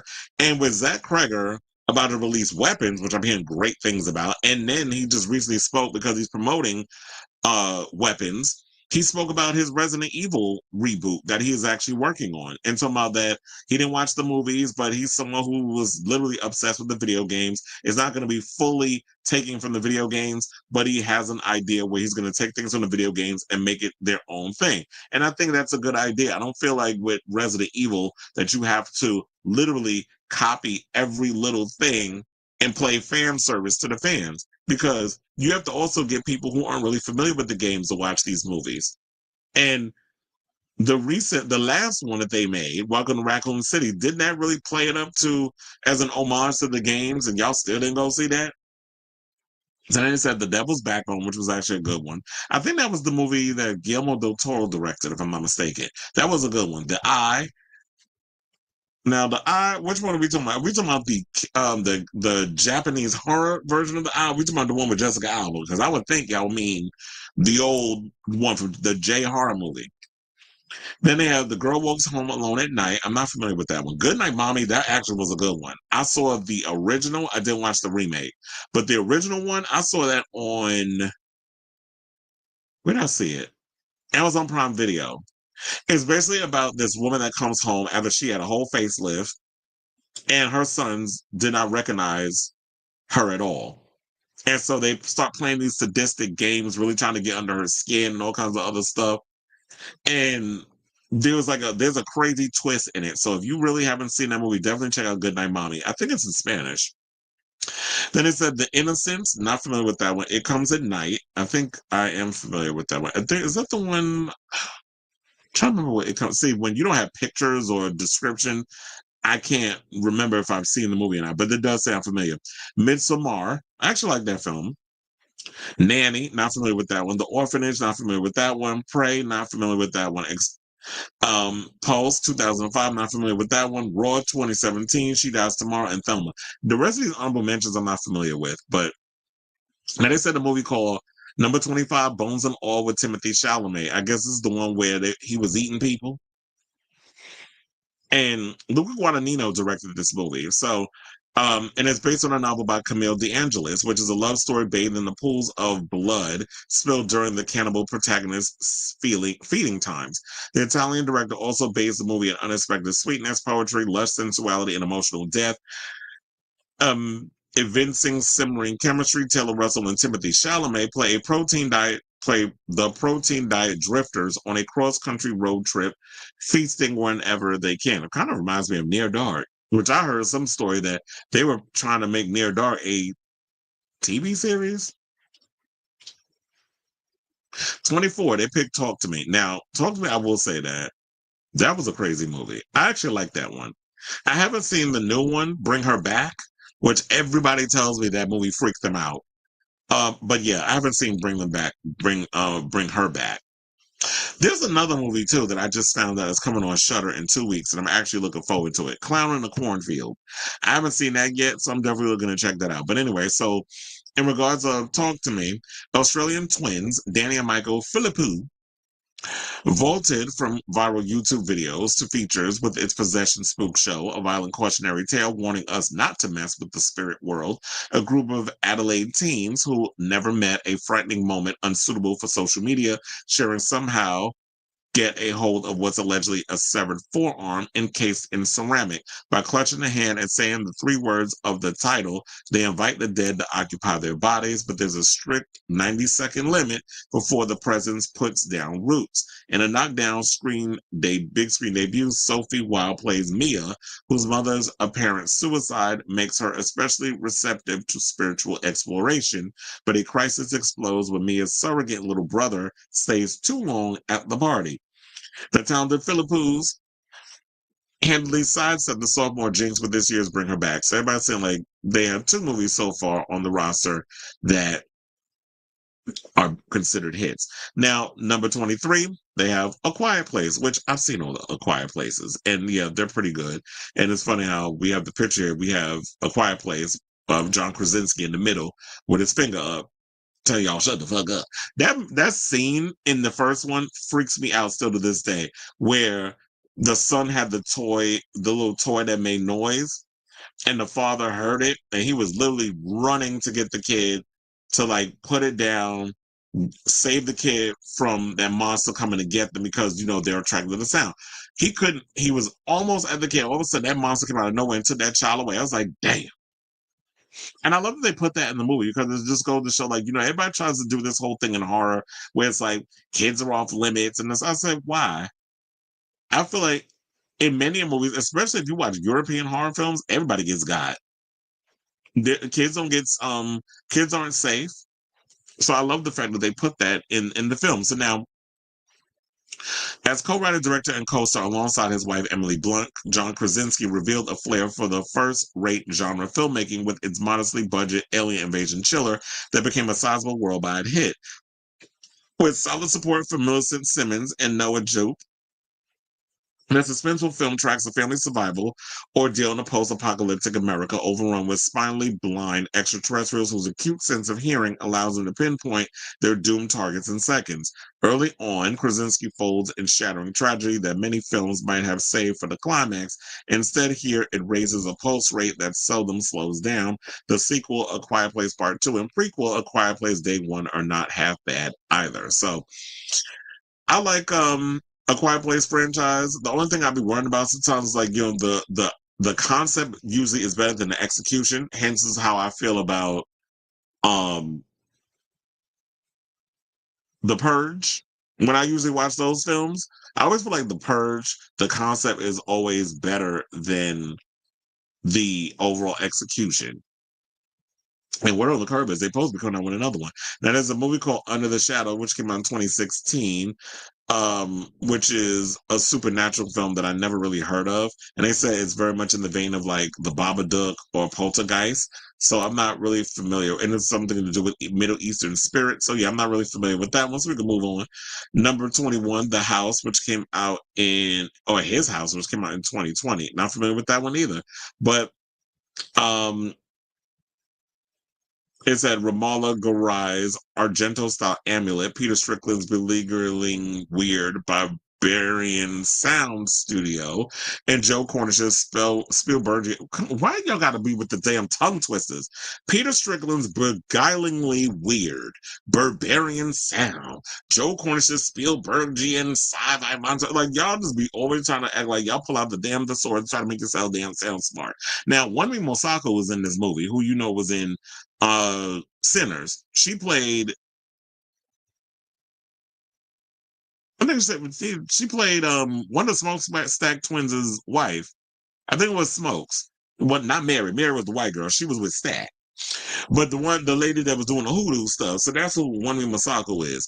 And and Sope Derisu bring agonizing death and feeling to their souls in the South Sudanese refugees. So this is like some East African horror movie. Sounds relatively interesting. I wish they would have put in here like what streaming services you could actually catch these movies on. Now, in number 20, they have Drag Me to Hell, which I actually like that movie. That was with Sam Raimi was behind that. That was actually a good one too. Where this gypsy damn put a curse on this girl. That was actually a good one. And of course, it had all the isms of Sam Raimi up in it. That's why I relatively enjoyed it. Like the over the top gore and all the other stuff. Number 19, they picked It Follows. Now, I did like that movie. That's where I first became aware of Micah Monroe, when she played this Detroit suburbanite who basically went and had sex with this man who passed on this thing to her that she had to get rid of this demonic spirit in her, so she had to go sleep with somebody else to pass it on. Which to me, I always look at that film as like it's a cautionary tale for like put a condom on. It's not with the one night stands. It just felt very much like sex and guilt. So they said that the director cited George Romero, John Carpenter, and Gregory Crewdson as influences. The last was a still photographer. We all know who George A. Romero and John Carpenter is. Speaking of which, I'm looking forward to George Romero's daughter, Tina Romero, her directorial debut. She's supposed to be coming out with her own little queer zombie film called oh my god, what Queens of the Dead, I believe is what it is. So they got like every homosexual you could think of, like drag queens and queer performers and stuff. They're all up in this movie. Dominic Jackson's in it. I think Nina West is in it. So I'm looking forward to seeing that when that comes out. And they have a movie that came out last year called Presence at number 18 with Lucy Liu. And it was directed by Steven Soderbergh, where I guess it's a haunted house film. That one actually sounds relatively interesting. Number 17, they have The Invisible Man, which came out in 2020 with wasn't it Elizabeth Moss? That was actually a good one. Lee Winnell directed it, and it was like a reimagining of the H.G. Wells novel. And I love the fact that, yeah, how he became invisible, he had like this technology that he put on this suit that could make him invisible, and he was taunting her and all this other craziness. So I love that whole thing they were talking about how this girlfriend was being physically abused, and he was using like this tech to kind of taunt her and stuff. So I thought that was actually a really good turn on this story. Then we have number 16. Already we got a 2025 movie. They picked Sinners. And y'all already know how I felt about Sinners. I can't stop talking about it. I've talked enough about it. Where we had this group of people fighting for their lives, vampires, in Jim Crow South in the 30s. And yeah, the movie technically is a vampire movie. There wasn't a lot of vampire gore and stuff in it, but the multi-layered story surrounding Sinners and the metaphors and all the deepness of this film is what made me love it. So I would have put it higher, but I guess if we're talking about 2025, it definitely be high on a lot of people's list. And I'm sure like when that list of best films of 2025 comes out, Sinners definitely will be probably one within the top two. Now, at number 15, they have a movie called Saint Maud from a British director, Rose Glass, which I'm actually not familiar with this film. It says that um, it's basically about a Christian, a care nurse who becomes a Christian convert and assumes the godly name of the title after the shock of losing a patient at her former hospital job.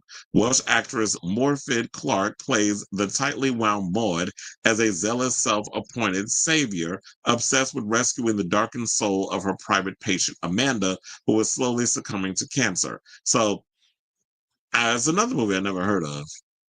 Then they have The Others at number 14, which I definitely love that movie, especially the twist that we find out at the end with, Nicole Kidman and her kids. It's definitely something that everybody should check out if you haven't seen it. Nosferatu at number 13. Okay, now this is where I'm going to vehemently disagree. Now, while atmospherically, this was a good film, I was so bored to death watching it. But when you get these pompous people from like THR and all these type of trades, they're always gonna go, "Oh, we're going to pick Nosferatu." I'm like, Nosferatu was so boring. I like the costumes, I like the visuals, and I thought that Bill Skarsgård did a good job. But Robert Eggers bored me to death with this damn movie. But anyway, so it says. The title is a clear indication that Robert Eggers' reverence for F.W. Murnau's 1922 silent masterwork, the ravishingly beautiful, devilishly repellent take on Bram Stoker's immortal vampire tale, travels the same tar-black depths, but casts its own unique spell. Then it's about Bill Skarsgård plays Count Orlok, and Lily Rose Depp plays the young woman who becomes his affliction. So we had a lot of people in it. Nicholas Hoult was in it, Emma Corrin, Willem Dafoe, Aaron Taylor-Johnson. Speaking of which, I did hear that Aaron Taylor-Johnson is about to do a movie with Lily Rose Depp and another Robert Eggers movie. He's doing a movie called Werewolf. Well, I just hope that movie is way better than this one. Then we have Us at number 12. I thought Us was okay. It wasn't the best work we've gotten from Jordan Peele, but it was all right. I don't particularly care for it. Then they have The Witch, which is another Robert Eggers movie, which has Anya Taylor-Joy in it. That I actually did think was a good movie. I think a lot of people were, speaking of which, was expecting The Witch to kind of fall in the same tone as or Nosferatu would have kind of the same tone as The Witch. I think that's what people were expecting. Then we have Hereditary in the top 10, or number 10, but that was a good one, especially that scene where the girl lost her head, and then the other scene where there was a lot of really kooky, creepy, disgusting things that happens in this movie that freaked me out. But the crazy part was the scene that still gets me from this movie is the scene where the mother goes, well, not that. It was the scene when the son had the sister in the back seat. The sister loses her head, sticking her head out the window when she hit the pole. The son is in such shock. He gets out the car, leaves the body in the back seat, goes to bed, did not fall asleep at all, and you see time pass. And then it's like the mother wakes up in the morning, goes to the car, and then all of a sudden you hear like those horrific screams. And I was like, that scene still to this day, gets me. So that's so yeah, that movie was crazy. And they also did Midsommar. So then they have number 9, The Conjuring, which I thought was an okay movie. I never could really get into the Conjuring franchise. I think the first one was good, but then all the other ones that came out, I was like, whatever. And now they have another one coming out. So I'm kind of like over the whole Conjuring situation. Number 8, they have Pan's Labyrinth. Now, Guillermo del Toro is like one of my favorite directors. I always liked how with the visuals and everything that he does with a lot of his work and how it always falls into like fantasy and monsters and this, that, and the other. I would really love for him to come back and do another Blade movie because I love what he did with Blade too. But I also like Pan's Labyrinth, and like I said before, I love what he did with The Devil's Backbone. So he's always put out, for the most part, a lot of really good movies. Then number 7, we have Train to Busan, which came out in 2016, which next year will be the 10-year anniversary of that. I love how they just took a whole concept of like zombies and gave us a whole new thing with it. And then I was hearing that we're supposed to be getting an American remake of Train to Busan, but it was supposed to take place in New York. Whatever happened to that movie? Did that ever get made?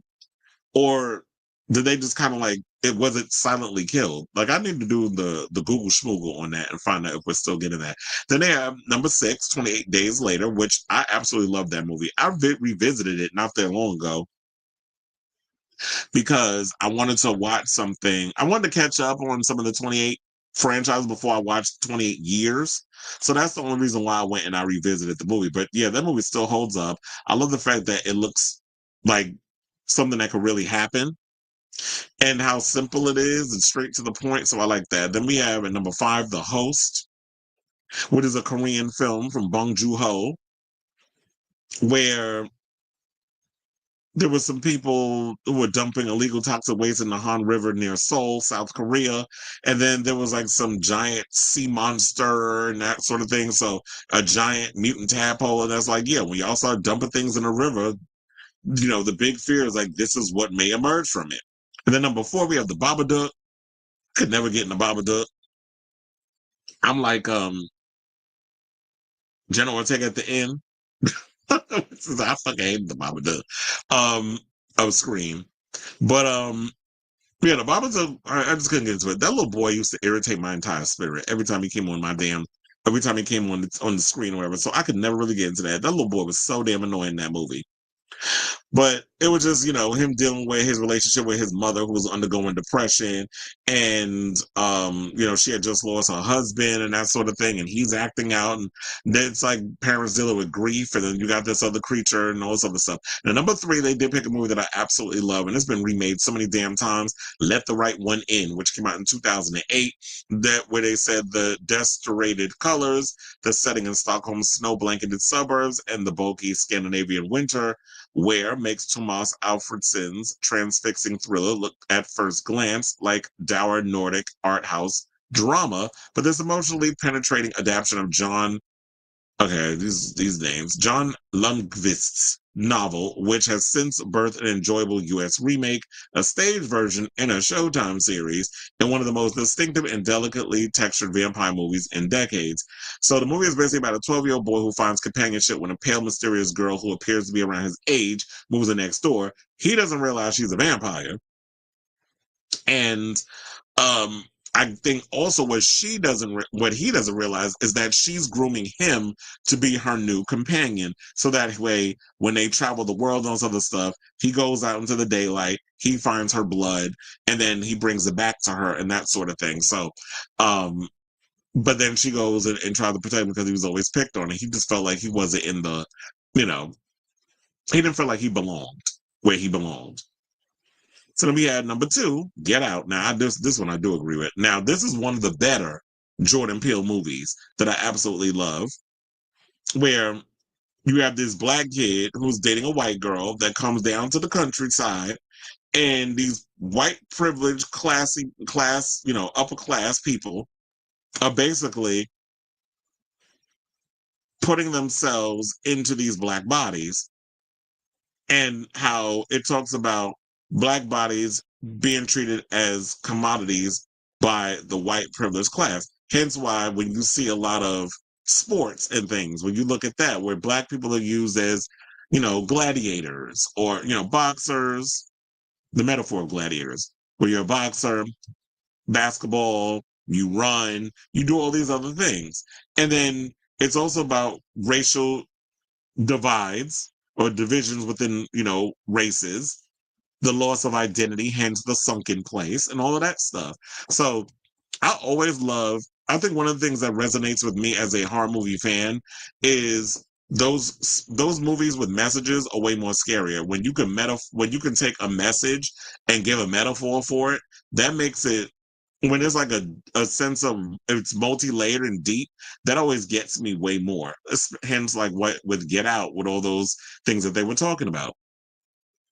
So, and I believe we're at our final one, like finally with the light at the end of the tunnel. Okay, so they have, and I remember this movie because I worked at AMC when it came out, Under the Skin with Scarlett Johansson.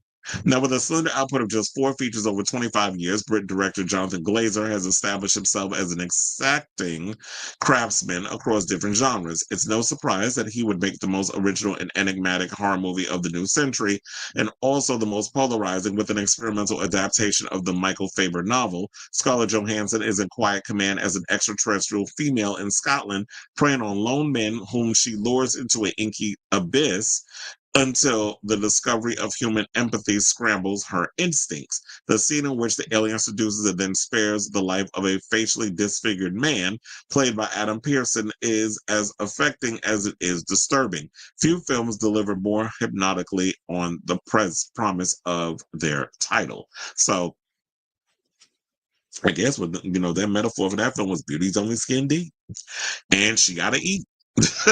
So there's your top 25. I was like, okay. It was all right. I mean, I've seen quite a few of the movies, but I don't know. It just feels like, well, they basically explained beforehand that the movie their list is, they're not big on the slasher. They're not big on the torture. It's going to fit more in the moody, supernatural. With supernatural films, it depends, but that's not necessarily my go-to in regards of content. I'm not really big on that style of movies, but that was a list, and I'm sure I'll probably have to come on my own, and there'll be another list that comes out that'll probably have a different variety of horror films on it. So what did you guys think of that long ass post report on the 25 list of horror movies that came out courtesy of the Hollywood Reporter? Some of them I've seen.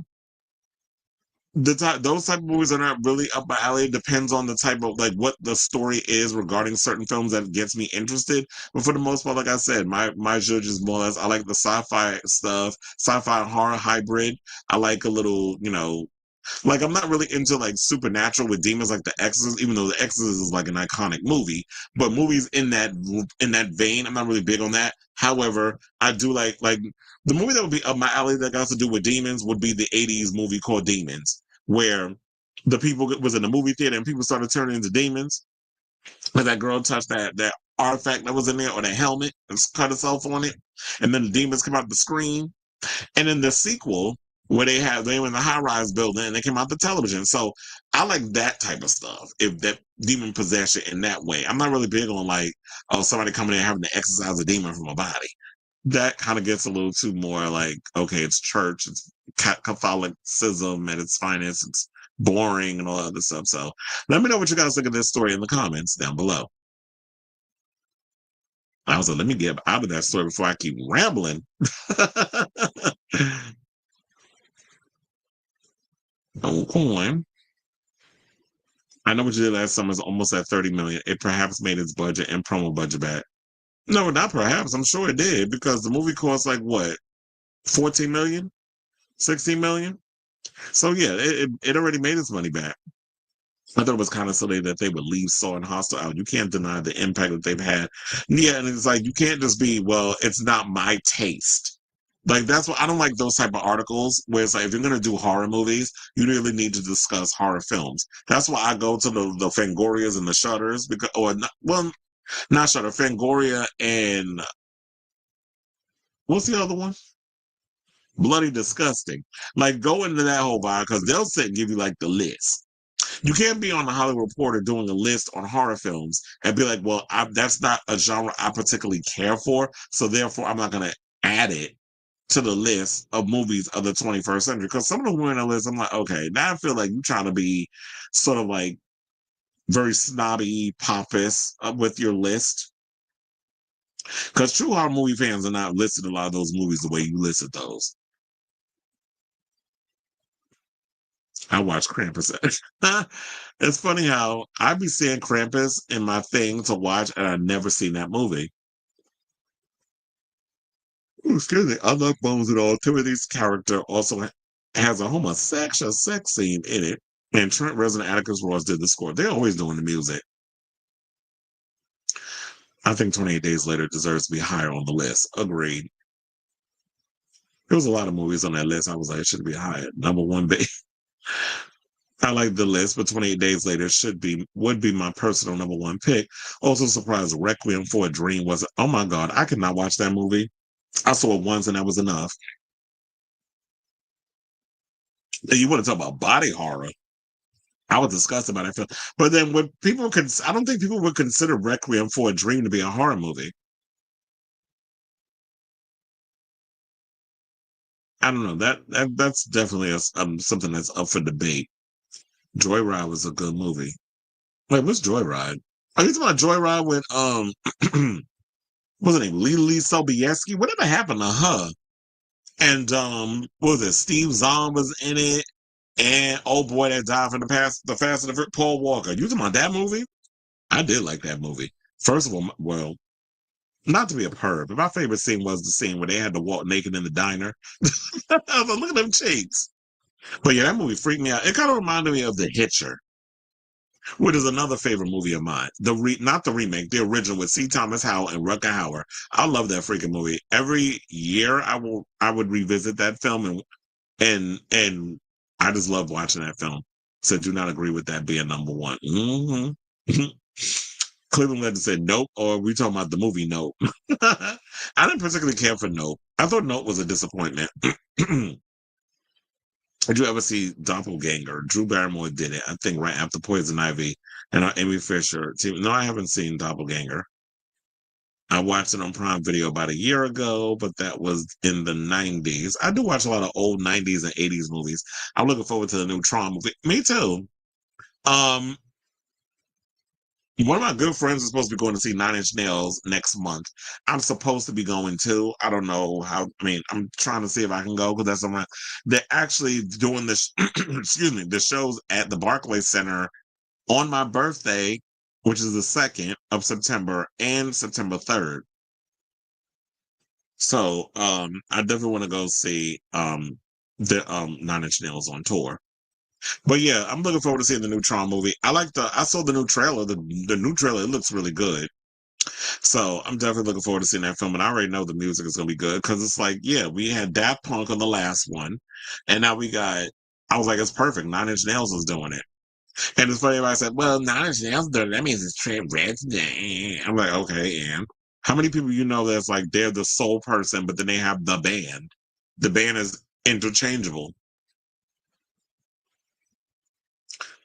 All right, so now let's get into this story regarding GloRilla, who found herself in handcuffs. Now, apparently, what had happened was she was arrested on drug felony charges after a burglary occurred in her home near Atlanta on Saturday, according to the Atlanta's WSB TV and TMZ, and then performed at the WNBA All-Star Game in Indianapolis last night. And it's funny how she was saying that she says, there was a break-in my house, and I'm the one that's in handcuffs.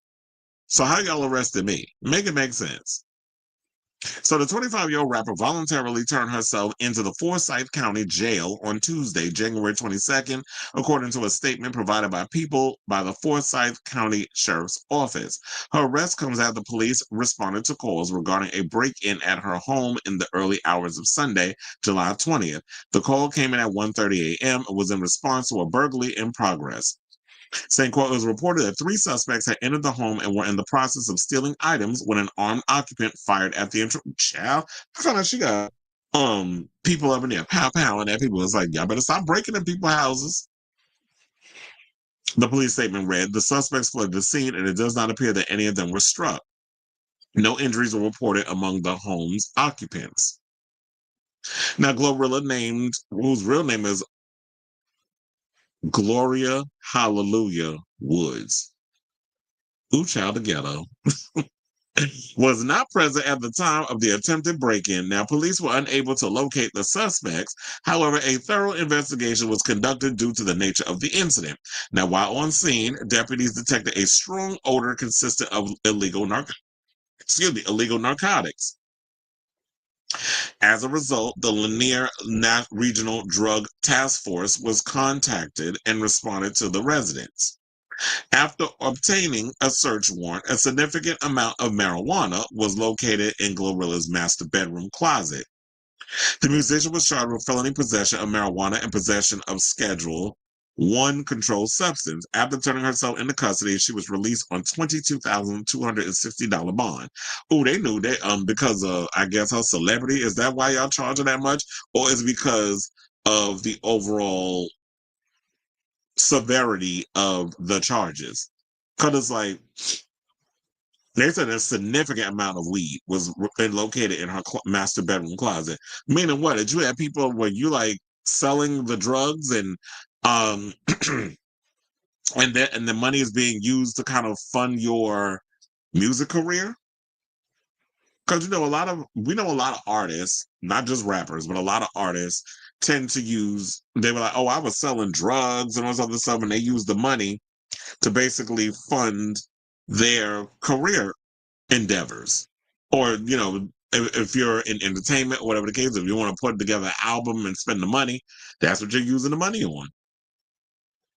Or if somebody's standing, because if I'm away and I'm performing and stuff, and I got people in my house doing all kinds of things, and now you got people breaking in probably because they heard that she had that marijuana up in that bedroom, they was probably looking to come find that and sell it. Now, authorities confirmed that an investigation into the burglary is still active and ongoing. Now, Sheriff Ron Freeman commented on the case in the statement, noting that GloRilla is a victim of a serious crime and we are committed to bringing the suspect to justice. He continued by saying, at the same time, we must continue to uphold and enforce the law in all aspects of the case. Now, reps for GloRilla did not immediately respond to people's requests for comment, and they said that news of her arrest comes over a year after she was arrested on DUI charges in Suwanee, Georgia on April of 2024. Now, an incident report obtained by people at the time confirmed that an officer immediately noticed her eyes were watery and bloodshot after pulling her over for allegedly making a U-turn at a red light. She reportedly told the officer that she had drank, per the report, but did not share exactly how much she had consumed, instead saying that she was good to drive. The rapper dropped 2 singles, Typa and Rain Down on Me, in June. Now, she's scheduled to take the stage on Friday, July 25th, that'd be tomorrow, at a show in her hometown of Memphis, Tennessee. Her first annual Glow Bash will feature supporting performances from Money Long and Rob 49. The performance comes a few months after she wrapped the Glorious tour, which included her performances across the United States. It followed the arrival of her debut solo album, Glorious. So, girl, you out here being a mess. I want to see if she has responded. She did respond. Hold on. Let's pull that up. What'd she say? Okay, so they said a few days before arrest, they responded to burglary. We already read that. I hate when I'm on. Oh, so here she posted a tweet. So we can read that. She said, crazy. My house got home invaded Saturday while I was in Indianapolis performing for the WNBA All-Star game. And instead of focusing on finding the suspects, they focused on some cannabis. Number 1, so no, I wasn't busted. Number 2, my house got robbed. Number 3, I wasn't home. Long story short, my house gets home invaded and I'm the only one that gets arrested. So that's T. And to me, that's just weird. And now the people in the comments are saying this. They said time for a sister to get away from Memphis. Sis, it wasn't the white folks. Another person said, did no one tell you black people don't go to Forsyth County? It's basically a sundown town. Another person said, girl, they said it wasn't only cannabis. They said controlled substance too. Another person said, go somewhere cannabis friendly and sell your property. They don't deserve your money and your taxes. They did this to you and you were the victim. So I think they meant go where that doesn't criminalize you. Another person said, unfortunately, you're not allowed grace because your fan base and your sister fan base is attacking Nikki when she didn't even have a mugshot. Okay, so now here we go with the fucking bars with they bullshit. I wish these motherfuckers would go out and touch some damn grass. But anyway, I'm just irritated. It's just the fact that, you know what? I don't understand how it's like, okay, so she had controlled substances. Somebody broke in your home. Why all of a sudden you feel the need to have to do a search warrant because y'all smell something in the house? Is weed not legal where she live at? And if it's not, it's like, yeah, maybe you do need to move somewhere where weed is legal and you're not going to be getting in trouble for having substances on your own property. So, one of the things I forgot to show y'all is the mugshot, because I do have that. Hold on.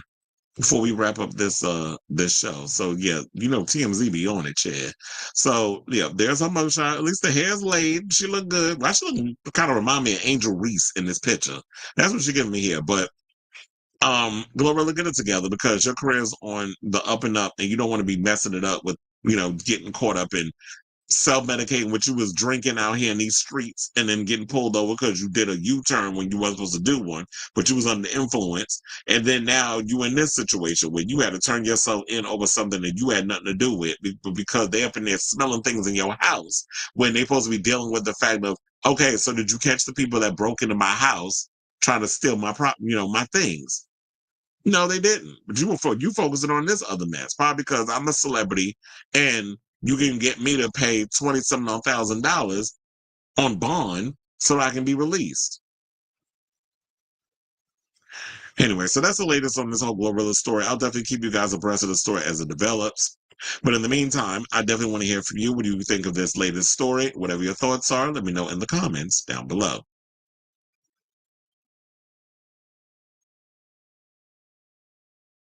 The first movie soundtrack was done by a trans woman. Oh yeah. Didn't they pass away? Mm-hmm. I was like, yeah, okay.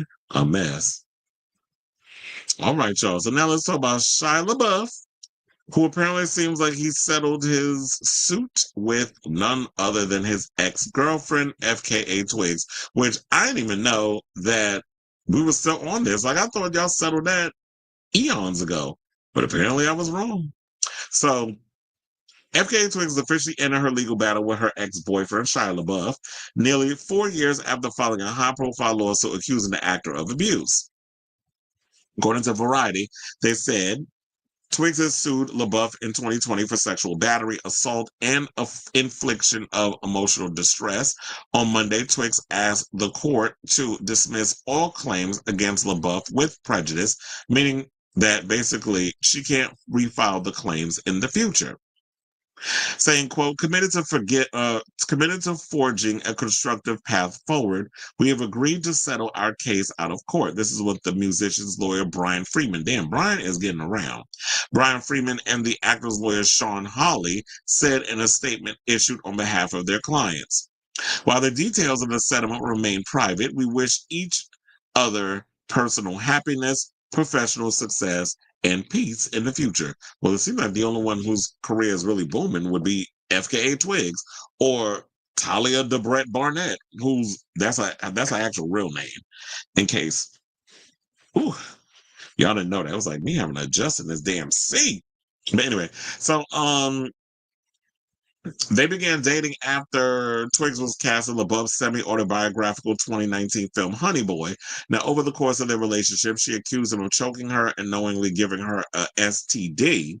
She also derailed a detail an alleged incident in which LaBeouf threatened to crash the car he was driving while Twigs was in the passenger seat and then physically attacked her when they stopped at a gas station.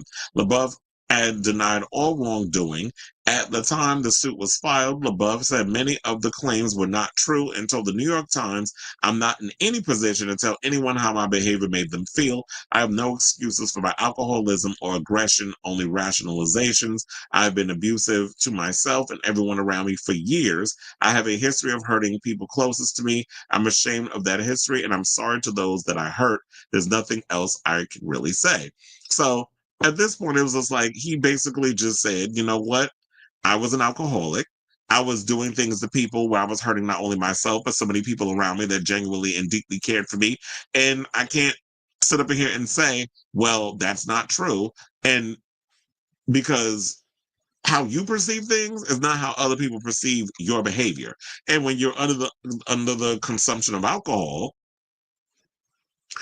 I don't know if he was like a blackout drunk. So he probably doesn't even remember half of the things that he's done to the people around him, particularly when he was in a relationship with FKA Twigs. So I'm glad they settled. I'm glad it's all behind us and we don't have to talk about this foolishness ever again. So congratulations to you both. So I say all this to say, what do you guys think of this story regarding Shia LaBeouf and TKA?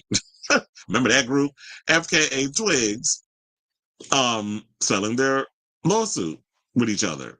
I'm curious to know how much it was though, but whatever your thoughts are, let me know in the comments down below. Okay. Yeah.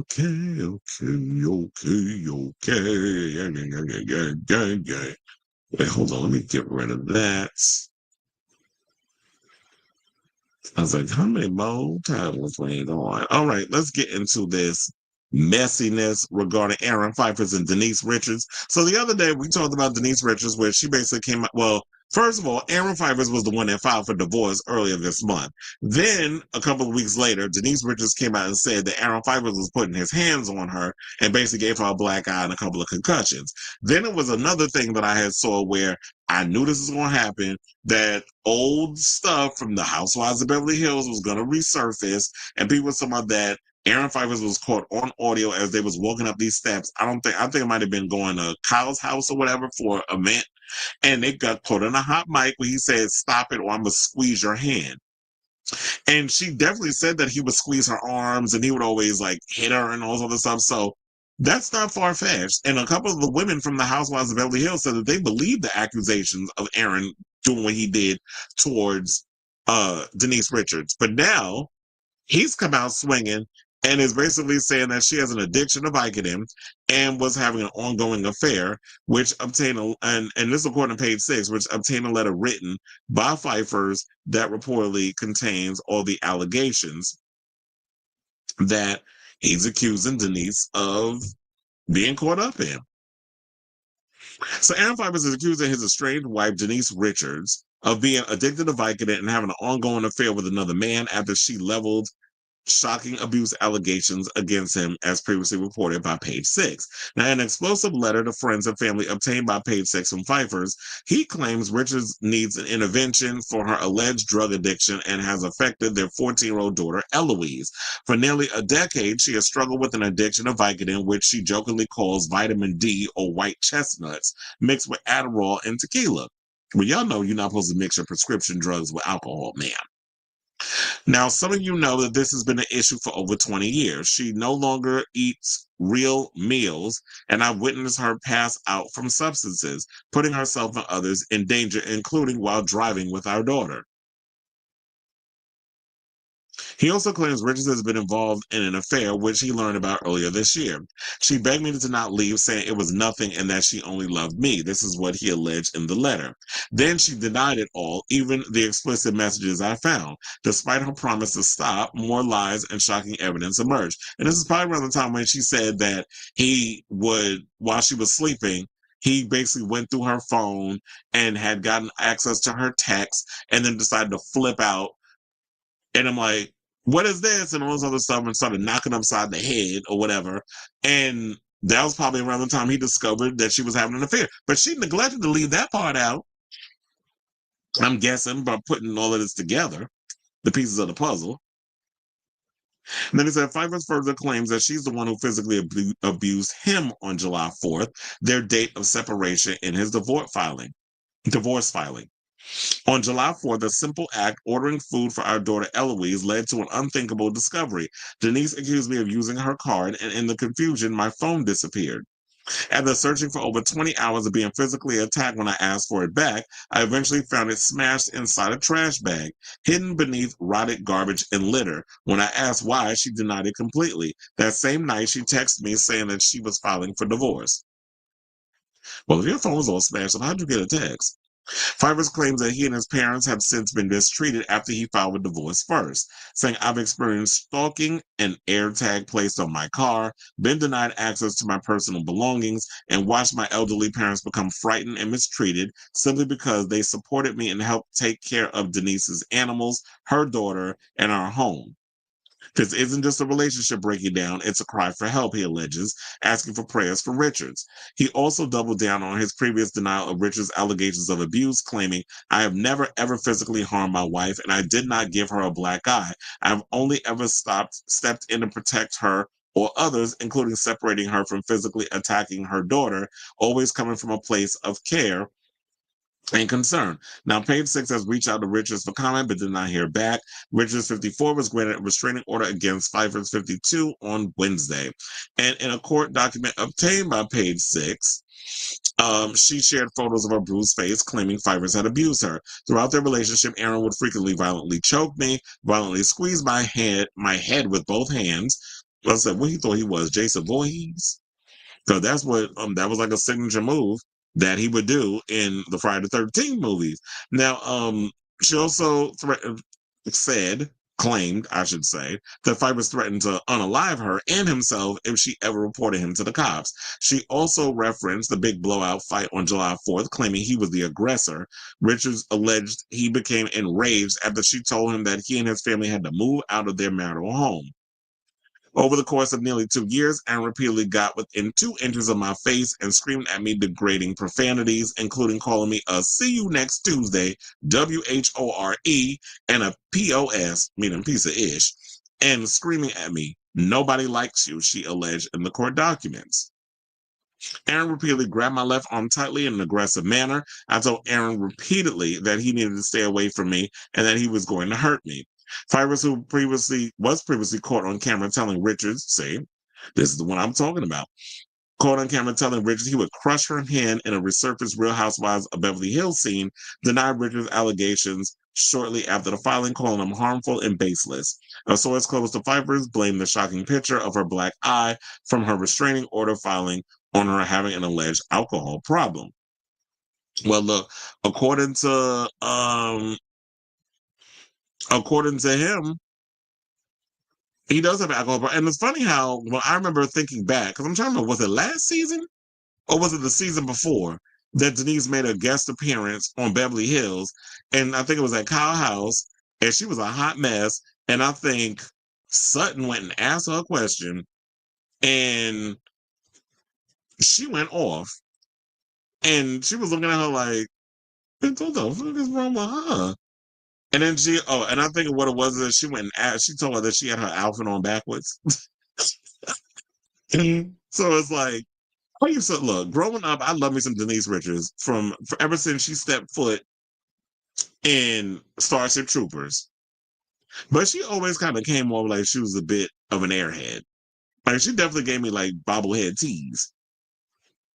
And it was like, that was kind of like a whole vibe or whatever that I got from her. But I don't know. It seemed like over the years, she kind of lost a sense of who she was. She just became a hot mess. And at this point, I don't even know who to believe. I'm starting to think that they both are the problem. So maybe it's just best at the end of the day that they both kind of stay away from each other because y'all both toxic.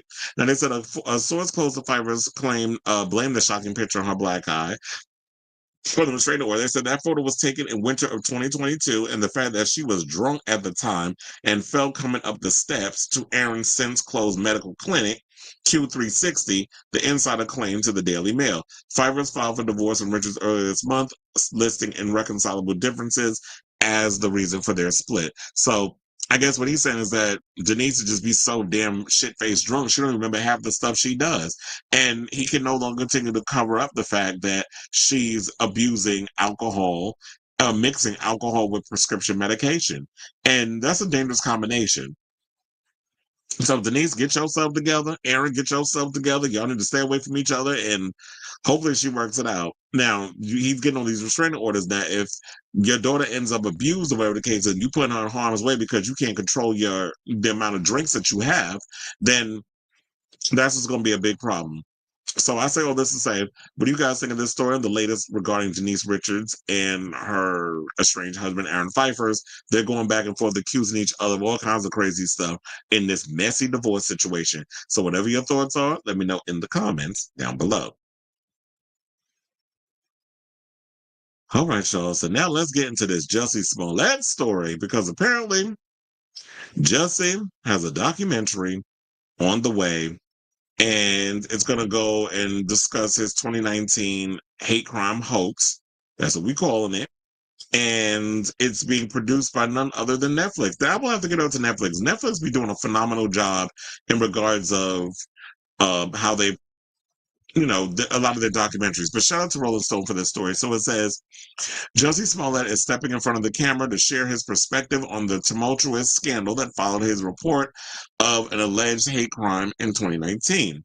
The actor will appear in the upcoming Netflix documentary, The Truth About Jussie Smollett, on August 22nd. According to a statement from Gagan Rahil, or is it Gagan? Per Hollywood Reporter, the film will balance their competing narratives and to also use their compelling, colorful testimonies to thread the light and shade the story. To thread the light and shade of the story through the film. Does that make sense to y'all? Now, Smollett will appear as one key player in a 90-minute release, which will also include commentary from journalists, police officials, lawyers, and investigators who closely followed the controversial case. The film will reportedly present new evidence and information in the series of events that began with a police report in 2019 and concluded with an overturned conviction in 2024. In 2019, Smollett went to police in Chicago, claiming that two men assaulted him outside his apartment, put a noose around his neck, and called them racial slurs. In 2021, Smollett was convicted of 5 charges of lying to the police and sentenced to 150 days in prison the following March. In November 2024, the Illinois Supreme Court ruled that a special prosecutor's case against the actor shouldn't have gone forward because of a previous no prosecution agreement and overturned the conviction. This was saying, quote, this is not a prosecution based on facts, rather than it was a vindictive prosecution or persecution, and such a proceeding has no place in our criminal justice system. This is according to Smollett's lawyer. I don't know if it's Nene or Nene. Nene E. Ute. I don't know how the fuck you say that name. We'll just call her Nene. Told Rolling Stone at the time, the story is a thrilling ride, and we were lucky enough to have access to the key players. This is what Ray Hill said. But much more than that, I wanted this film to speak to the particular moment of rapid cultural change when this takes place in 2019, when as a society we were becoming more combative, more polarized, more divergent over our shared reality, when we began to lack a common singular truth. Now, The Truth About Jussie Smollett will be produced by From Raw, who previously helmed The Tinder Swindler. Tom Sheehan and Tim Water will executive produce. Netflix describes the film in a synopsis as a shocking true story of an alleged fake story that some now say might just be a true story. Detailing its overarching goal, the description reads, this compelling documentary invites the audience to decide for themselves who is telling the truth about Jussie Smollett. And that's why I feel like this is definitely a good idea to do, because throughout the whole case, I was so confused as to what was going on, where it's like, it wasn't that far-fetched to believe something like that. It's funny how a lot of people will sit and say, oh, that's so far-fetched. I don't believe it. But y'all believe half the stuff that Trump says. He comes out with all kinds of crazy stuff, and y'all be like, oh, yeah, we believe it. So they stay lockstep with their beliefs. But then when you look at it, who knows? There might be some truth to this. And the way that Netflix will probably have put it together, it'll probably make us further understand what this documentary is about. So I'll definitely be checking it out on that good old Netflix when it drops next month. It sounds like a really interesting one. Another thing is, I don't be checking in often enough on a lot of documentaries and things of that nature. There's be so many I be wanting to see, and I be meaning to get around to it, and I never do. But this is definitely something I wanna definitely check out. And you know what? If y'all have forgiven far worse people over some of the silliest of things, or for even more worse things. But then with Jussie Smollett, everybody want his head on a damn pike. So good luck to you. I'll definitely be checking out when it comes out in August. So I'll say all this to you guys. What do you think of this story regarding Jussie Smollett? Are you going to be checking out this documentary that they have coming out, which is going to talk about the little scandal that he had with the hoax? So let me know, the hate crime hoax. So let me know what you guys think of this story in the comments down below. Sailor Mermaid's in the building. Say, girl, where have you been? You heard of Hogan's passing? Of course, we opened the show with it. Oh, as Felix said, that we talked about at the beginning. Mm-hmm. Y'all almost hit the end stream. I was like, bitch, we not done. All right, y'all. So normally when I get down to the 4 topics, I was supposed to let y'all know, but I made the mistake of going it directly into the Jussie Smollett thing. So we got about 3 topics left before we wrap up the show. 3 topics. I put up 5 fingers when it's supposed to be 3.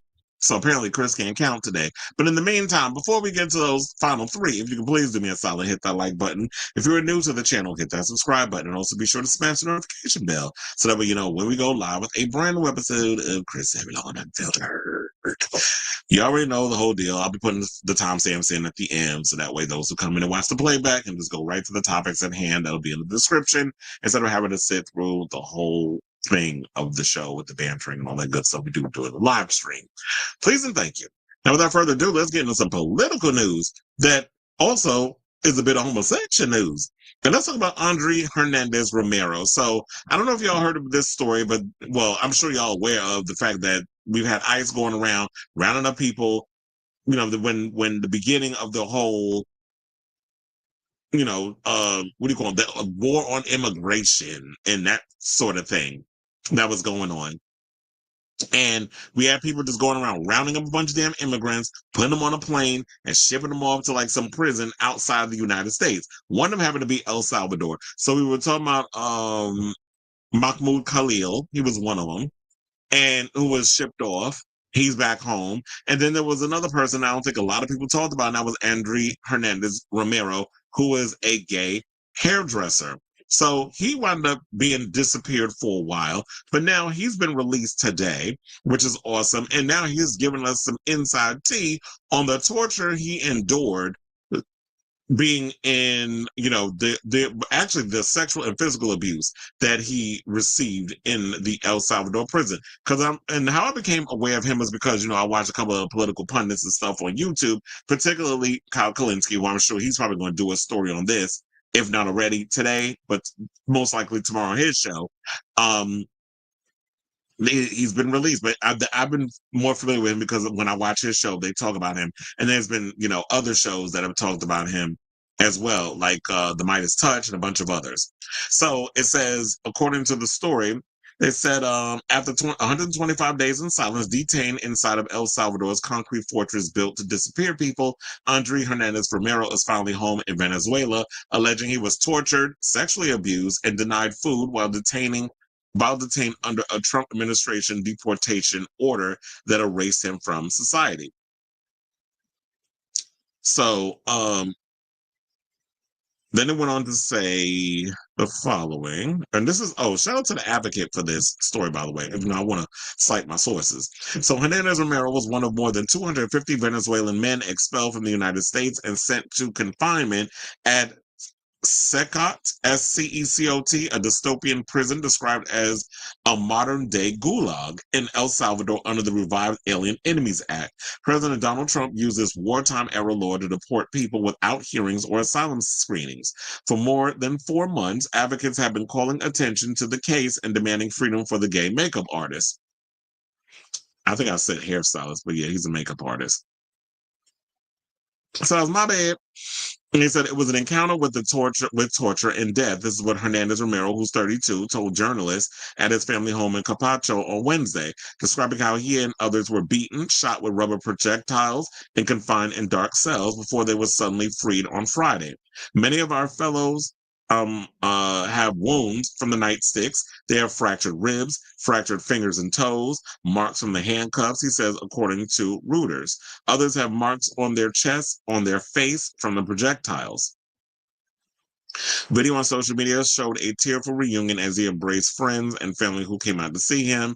Then it said, though he entered the United States legally, in this at the San Diego border, appeared for an appointment the U.S. government gave him and passed an initial credible fear interview. Federal agents cited his tattoos, crowns reading mom and dad as alleged proof of the membership in the Tren de Aragua gang. Let me say that slow.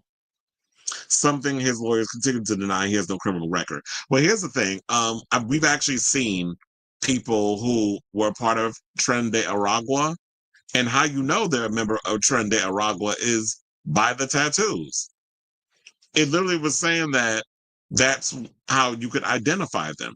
So when you have morons who will sit up there being like, oh, well, his tattoos says mom, dad, and all this other stuff on it, it says it on there. And then there was at one point where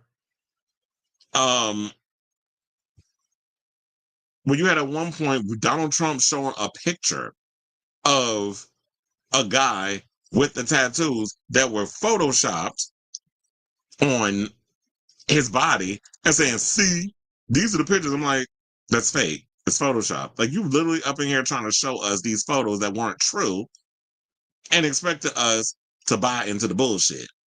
So it's like, sir, please don't piss on my leg and tell me it's raining, but this is what they do. This is what a lot of this administration does. And heads need to roll for all of this or what they're doing. Like, they're literally trying to make America white again. That's literally their goal. Because you think if they're going to stop at the Latinos? No, they're gonna go after all of us. We're all in trouble here. So, and then I've been seeing a lot of videos recently. There was some guy who went for a immigration hearing to see if he could be extended. His stay in the United States to be extended. It was until 2029. And then there goes ICE outside the office, grabbing the guy and whisking him off to God knows where. So it's like, what are you doing? How are you just grabbing people who are openly attending hearings so that way they could see if they could have their stay in the United States extended, and you're just grabbing them outside the courtroom? This makes people not want to go to their court dates. This makes also when you have people who are afraid to even go grocery shopping, so they have their white friends or people who are non-Latino drive them around like they Miss Daisy, so that way they don't get harassed by law enforcement. So this is what's happening in this country, and this is absolutely disgusting what these people are doing. But anyway, let's move on to the rest of the story. So it says, in a televised interview aired on Venezuelan state media Monday, Hernández Romero alleged sexual abuse by guards. The Venezuelan attorney general had said his office will investigate Salvadoran President Nayib Bukele over the reported torture of Venezuelan nationals, Reuters reports. The U.S. Department of Homeland Security dismissed the abuse claim. Of course they did, calling the deported men criminal illegal gang members, according to the news agency. Could you be even more racist with your comments? Because it's like they're not gang bangers and abusive. So what are you talking about? Hernández Romero fled Venezuela in late 2024 to seek asylum in the U.S. because he feared persecution for being a homosexual and because of his opposition to the country's authoritarian government. Speaking in San Diego, ABC affiliate KGTV, Melissa Shepard, an attorney with the Immigrant Defense Law Center, said, while we're happy that he's no longer in the torture prison, we are worried for his future. Shepard, who represents Hernández Romero and other deported men, added they were physically, verbally, and psychologically tortured. Now, Lindsay Tozlowski, I think it's IMM Devs co-founder and CEO, told The Advocate in a separate interview on Monday that Hernández Romero's case illustrated a really dark foreshadowing of where we're going as a country if this is allowed to stand. These are people who were sent with no due process to be tortured, only to then be used by political pawns in a prisoner release that none of us were privy to before it happened, that none of them consented to be a part of it. Tozlowski said Hernández Romero remains in danger in Venezuela, the very country to which he fled persecution. Her team is exploring third country relocation, but options may be limited by his lack of freedom of movement under the regime of Nicolas Maduro. So, and he says, still Hernández Romero said he was moved to learn that people had rallied in support of him during his terrible ordeal, saying, it fills me with so much peace, so much comfort, so much tranquility that I was never alone from day one. There were many people who worried for me. And this is a good thing because I will say, I thought that he possibly didn't make it, because you hear stories about people who get disappeared only to never be heard from again. And a lot of these gulags, it's like they're sent there to die. So that freaked me out a little bit. And I was admittedly worried for this guy. It was like, how you just grabbing up innocent people who have no criminal record and you're just shipping them off to some third world country prison and having them rot there and be tortured, because these people that work in these prisons get off on abusing people. So you literally have people in these prisons that are innocent. So I'm glad that he's out, but as they were stating, the fight isn't over, because now he's got to worry about possibly not getting unalived in Venezuela, because the regime it's an authoritarian regime similar to what Trump is trying to do over here. But Americans are like, we don't get with fascism. Like, that's not that, we ain't never had to deal with that mess, so we're not allowing that now. So shout out to Andry. I'm glad that he's out and he's able to, I guess, live his life. But now I know he's got something else to worry about. He's got to worry about trying to stay alive, based because, I guess in Venezuela they discriminate against queer people. I'm not familiar with the laws and stuff over there, but they're saying that he's feared persecution for being who he is. So good luck to you. I'll definitely keep you guys abreast of the story as it develops, and I definitely want to hear from you all. What do you think of this story? Whatever your thoughts are, let me know in the comments down below.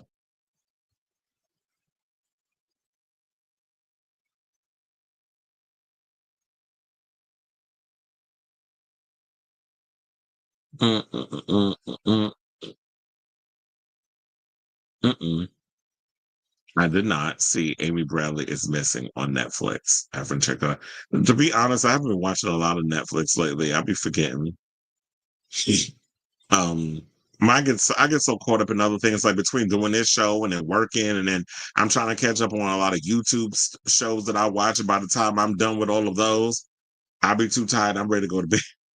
So when I've been wanting to get around to watching original scripted programming, what's that about? Yeah, I didn't see that one. Yeah, I figured you were working. That's usually why whenever you pop in and out, I figure that. He said basically they stereotyped his tattoos, which was, yeah, exactly. They stereotype, and they're so damn stupid. Like, you would have known if they were Tren de Aragua. It's a simple Google search would have sufficed. But these people in this Trump administration, they're all so damn stupid. I did tell my friends born in America to cover up their tattoos, don't play the hip hop music loud, especially the gangster rap. They asked me how long. I said hopefully till 2029. Look, I'm glad I don't have any tattoos. And that's only because I could never figure out what the hell I want to get. I've always been very indecisive. I said, when it comes to that, because I'm like, it's permanent. What the hell do you put on your body? I said, hopefully, but I said it's rumored that the Epstein thing is being used to drive him insane and use that amendment to and JD Vance going to be 10 times worse. Mm-hmm. So I guess Latinos can't have tattoos anymore without being accused of in a gang. I'm just waiting for. Yeah, we gotta speak in code when it comes to that stuff on here. My mom tells me to be careful when I go out, because the whole thing, especially like with Florida and stuff. With Veronica Electronica coming out, Madonna is getting her flowers as it's her magnum opus and her best album to date. From FKA Twigs to Addison Rae, Madonna's quintessential album is a blueprint, but in a shady quote, they wrote that critics said Lady Gaga is Madonna for the of the current generation before it to be her seventh album. Mayhem is a run-of-the-mill pop album.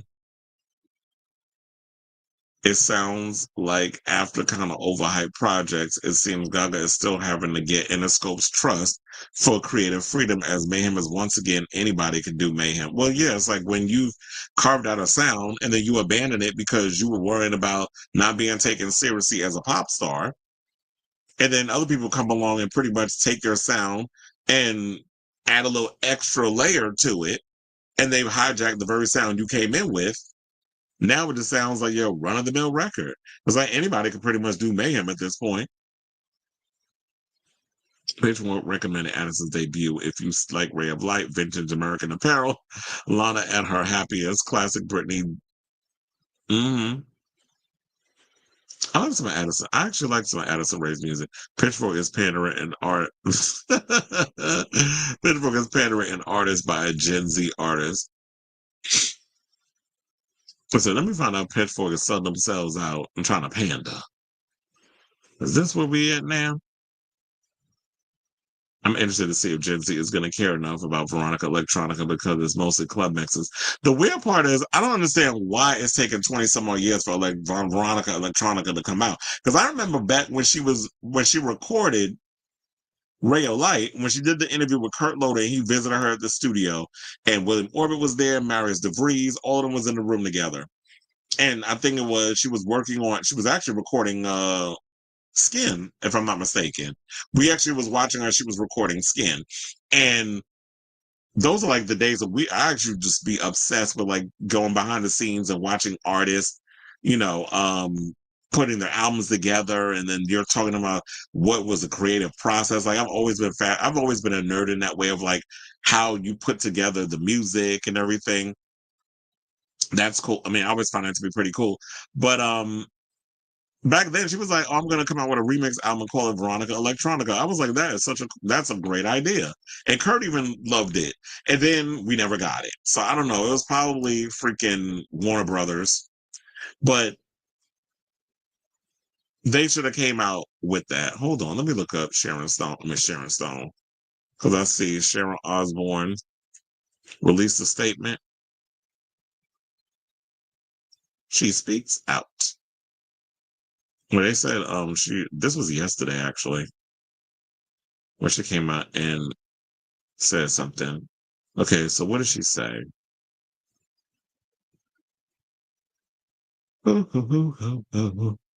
Yeah, I'm still tired.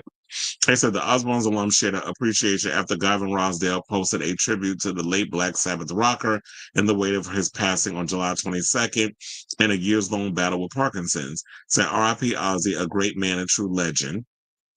And then in the comment section, she wrote, "Bless you." Okay, so there was that. Funny enough, damn, he got four kids: Amy Osbourne, Kelly Osbourne, Jack Osbourne, and Louis Osbourne. So, shout out to her. It's like, take your time and grieve over your husband. There was something else I was supposed to bring up, but I forgot. Oh, I see what it is. That's what you sent me? Sharon need to lay off that damn plastic surgery, though. Hold on, let me pull it up here. So that way y'all can watch the video.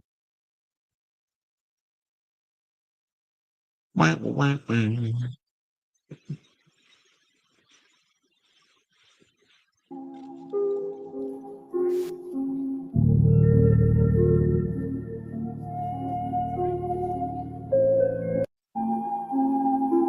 Oh my God, I thought I was the only one. Somebody said, what did she say? I can't hear her.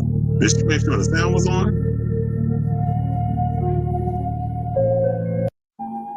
Yeah, I can't hear nothing. Oh God, you see how old her hands look? They said heartbroken Sharon Osbourne has spoken out for the first time since the death of her husband Ozzy, age 76, on Tuesday, replying to heartfelt messages from fans. They said read more on the Daily Mail. They said literally says she's spoken and then you mute her for some doofy music. And everybody's in the comments pretty much saying like, what did she say? I can't hear her. What she say? I can't hear. I have an infection in my ear. You ever heard that old saying? I don't know what the hell she said. Okay, you said it's for the diehards. Club culture is definitely our culture. They could have done a bonus disc and added sales to Rave like club mixes, rare edits, and demo tracks to celebrate. Yeah, because I'm like them little bit of songs. What is it like 4 to 6 tracks? But that ain't enough. We need a whole bunch more than that.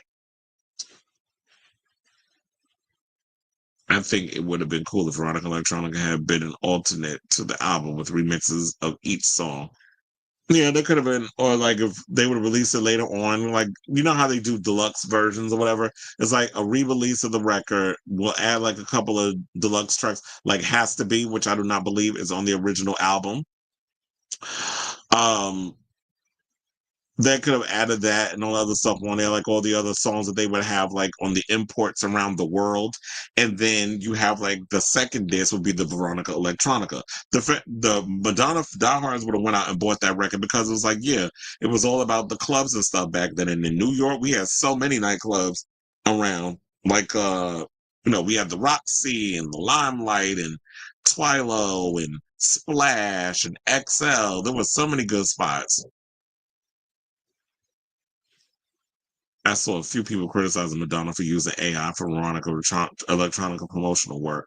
They were all my age. We really don't like AI. We're talking about like the little visual thing of like with Gone Gone Gone. There was like this visual of her, which they do now with music videos.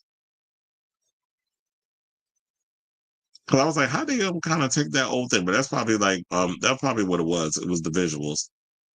I was like, I ain't feeling no ways about it. I would just listen. I was vibing out to the song, but yeah, I guess they wanted to use the AI because it was like her 20 some odd years ago. 26, 25, 27. That's an old ass album. The time be flying.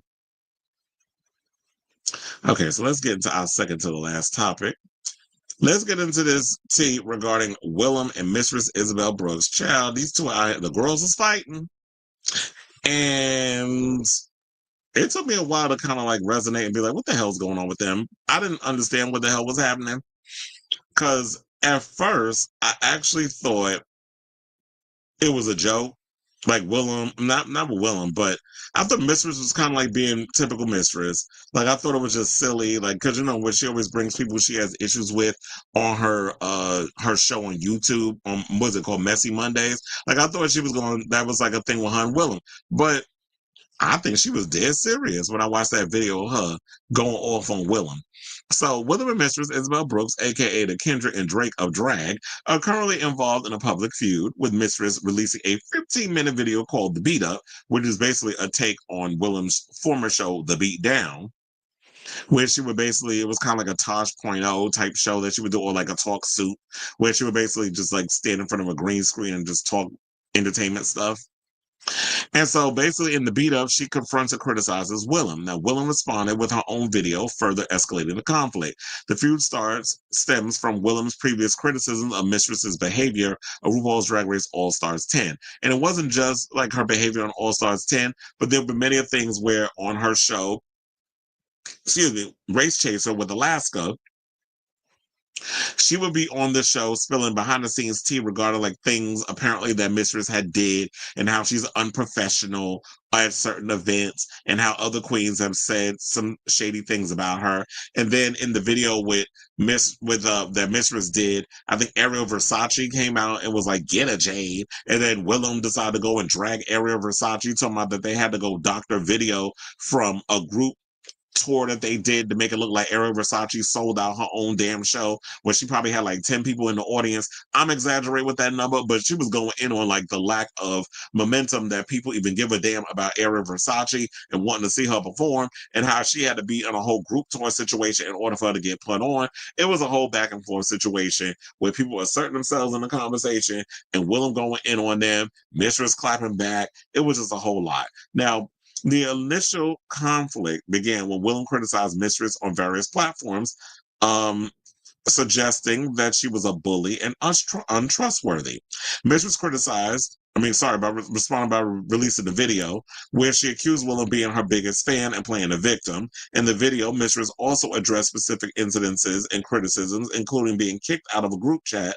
Willam then countered with her own video responses, which included strong accusations and further insults. The feud had become a topic of discussion with the drag community and among fans of the show. I even think at one point, Willam even said that, and I think this was on Roscoe's, she was like, oh, if Mistress would have did what she did to me, did what she did to Aja to her, I guess she was saying like so many words that she will put hands on her. And then that's what Mistress came out and was like, okay, you saying it's gonna be on site, like say like, nuck, I guess so many words, nuck if you buck. So we're gonna see the drag queens out here pulling each other's wigs off their head and getting a tussling. Now to catch you up, they said that she had gone in on Mistress on multiple platforms, notably Race Chaser with Alaska. Mistress was silent for a while, but we should have known a hurricane was brewing, and her name ain't Bianca. She uploaded a 14-minute video coming for Willam, parodying Willam's beatdown, and basically said Willam was now a YouTube flop obsessed with talking about Drag Race and a clout chaser. Mistress also claimed Willam was begging to be on her channel. Now, Will's response to Mistress really calls out how he feels she does one thing for the audience and for vitality and drama, but behind the scenes tells a different story. Willam explains how the two have the same manager, and whilst the video was going up, Mistress was going through her manager to ask for work, to work with Willam, who couldn't do so because she was working in Europe. When Mistress criticized Willam for constantly talking about Drag Race, Willam's response is, "It's so strange you think my entire life and career revolve around a TV show. It doesn't. It's part of my world. I was on my favorite TV show, and now I have a podcast where I talk about it with the winner of the show." And my thing is this, why is it like a bad thing where she's like up there talking about like reviewing Drag Race? I think the only reason why people go on and on Willam is because of the controversy that surrounds her. She was the only queen ever to be disqualified from the show that we know of, but I did hear some tea that there was another queen on the coming season of Drag Race, season 18? Yeah, season 18. There was another queen that was disqualified. Discord Adams. I was hearing that tea. So, allegedly, for, I think it was, they said fighting. So, why wouldn't Willam be on there? First of all, that's a great angle. First of all, you have the winner of Drag Race All-Stars on there, and then you have someone who has a bit of beef with RuPaul based on her connection with Matthew Anderson, who was Ru's former makeup artist and hairstylist. So when there's a deep connection there, and Willam is somebody who's willing to openly criticize the show for a lot of the shady things that they were doing. I think even recently, and I didn't even get around to watching it yet. I'm still a little behind on it. But I heard that Roxy Andrews revealed who the producer is on Drag Race that be leaking all the stuff. I'm like, damn it, you still got a job? Okay, so now they said, so yeah, I don't see that as a bad thing that Willam will be on there. And first of all, Willam also owns part of the Mom Network on YouTube.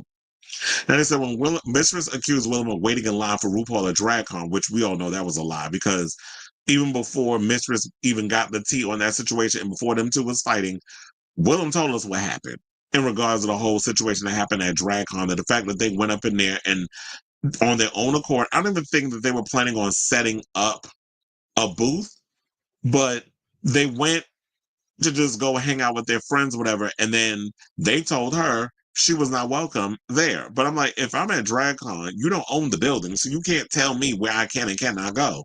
And there have been many a times where I've gone to DragCon where I've seen queens who are in the greatest of standing with RuPaul who have been there. Gia Gunn, Carmen Carrero, who I just saw was on Real Housewives of Miami last night, and quite a few others, but they ain't never been kicked out.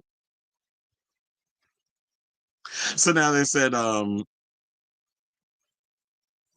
get back to the sentence, they said when Mistress accused Willam of waiting in line for RuPaul at DragCon, which is messy, by the way, who Willam has beef with and then got removed from, Willam says she's wrong. I got a picture in the line and left. Mistress thinks that volume equals correctness. It doesn't. I told her that on the phone. She doesn't like that.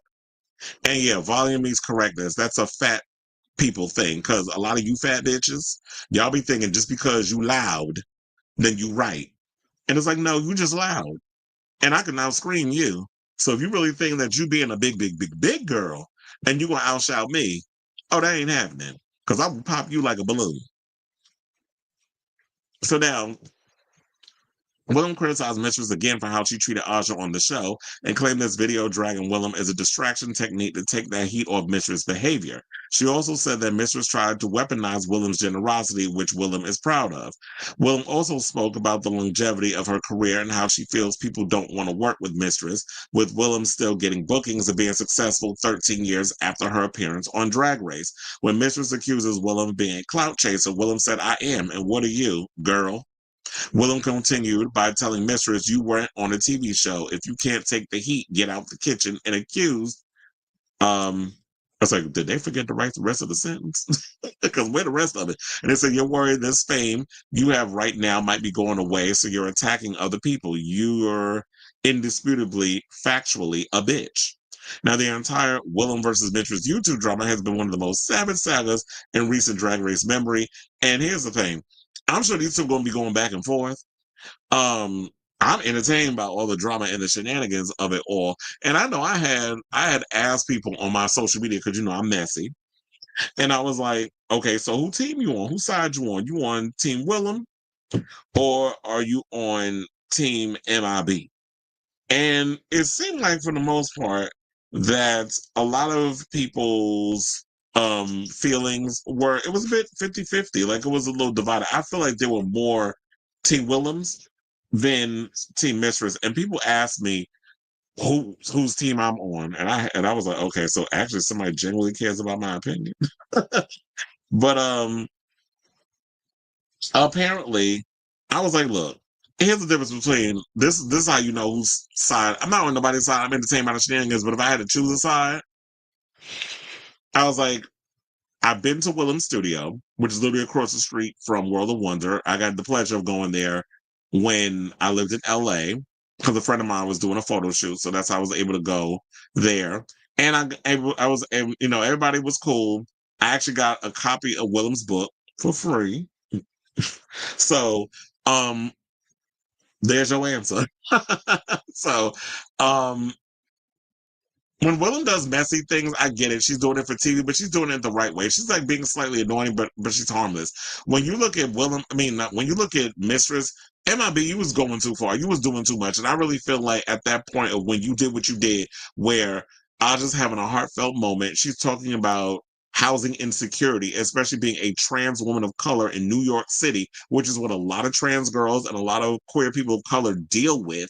It's in New York, housing insecurity. You don't know where you're going to be able to, if you're going to still have your apartment. You don't know if gigs are going to be coming in. She was going through a rough patch at her time, and she got on her head a bit in that episode, which she could have possibly went home, but Mistress is in her damn feelings. You have every right to be in your feelings over the way that you felt that you was treated in that situation. However, when somebody's having a moment, let them have their moment. It's not always about you. It's not always about you trying to produce a situation for the show. Let the actual producers that are getting paid to produce do their job. They need to do a better job at the way that they go on about producing things. But for the most part, y'all need to be working for the little money that y'all get. Because y'all be wanting an Emmy so bad, but I just don't feel like All Stars 10 is even worthy of an award, an Emmy nomination. It's not, if anything, it'd be worthy of a Razzie. With how badly y'all produced this damn season. And we're going to get into the numbers on how well that finale did in the next segment. But overall, I know Mistress is new to this, and Mistress is still trying to navigate her way through things, but there's so much more than just being messy to try to produce good TV. And then being a nuisance with other queens, or always trying to get up under people's skin. Like if we know like bantering and bitchy and kiki and being messy and all this stuff that goes on, but in dressing rooms, but always trying to create a narrative for attention, it's a little late in my opinion. It gets annoying after a while, and I'm sure this story is not going to go away. There's going to be plenty more people talking about all this other stuff, and I'll just keep you guys abreast of the story as it continues to develop, because I don't think it's going to go away anytime soon. So I say all this to say, what do you guys think of this story regarding Willam and MIB? Whose side are you on? Whose team are you on? Yeah, let's do like RuPaul's Drag Race. Are you hashtag Team Willam, or are you hashtag MIB? So whatever your thoughts are, let me know in the comments down below.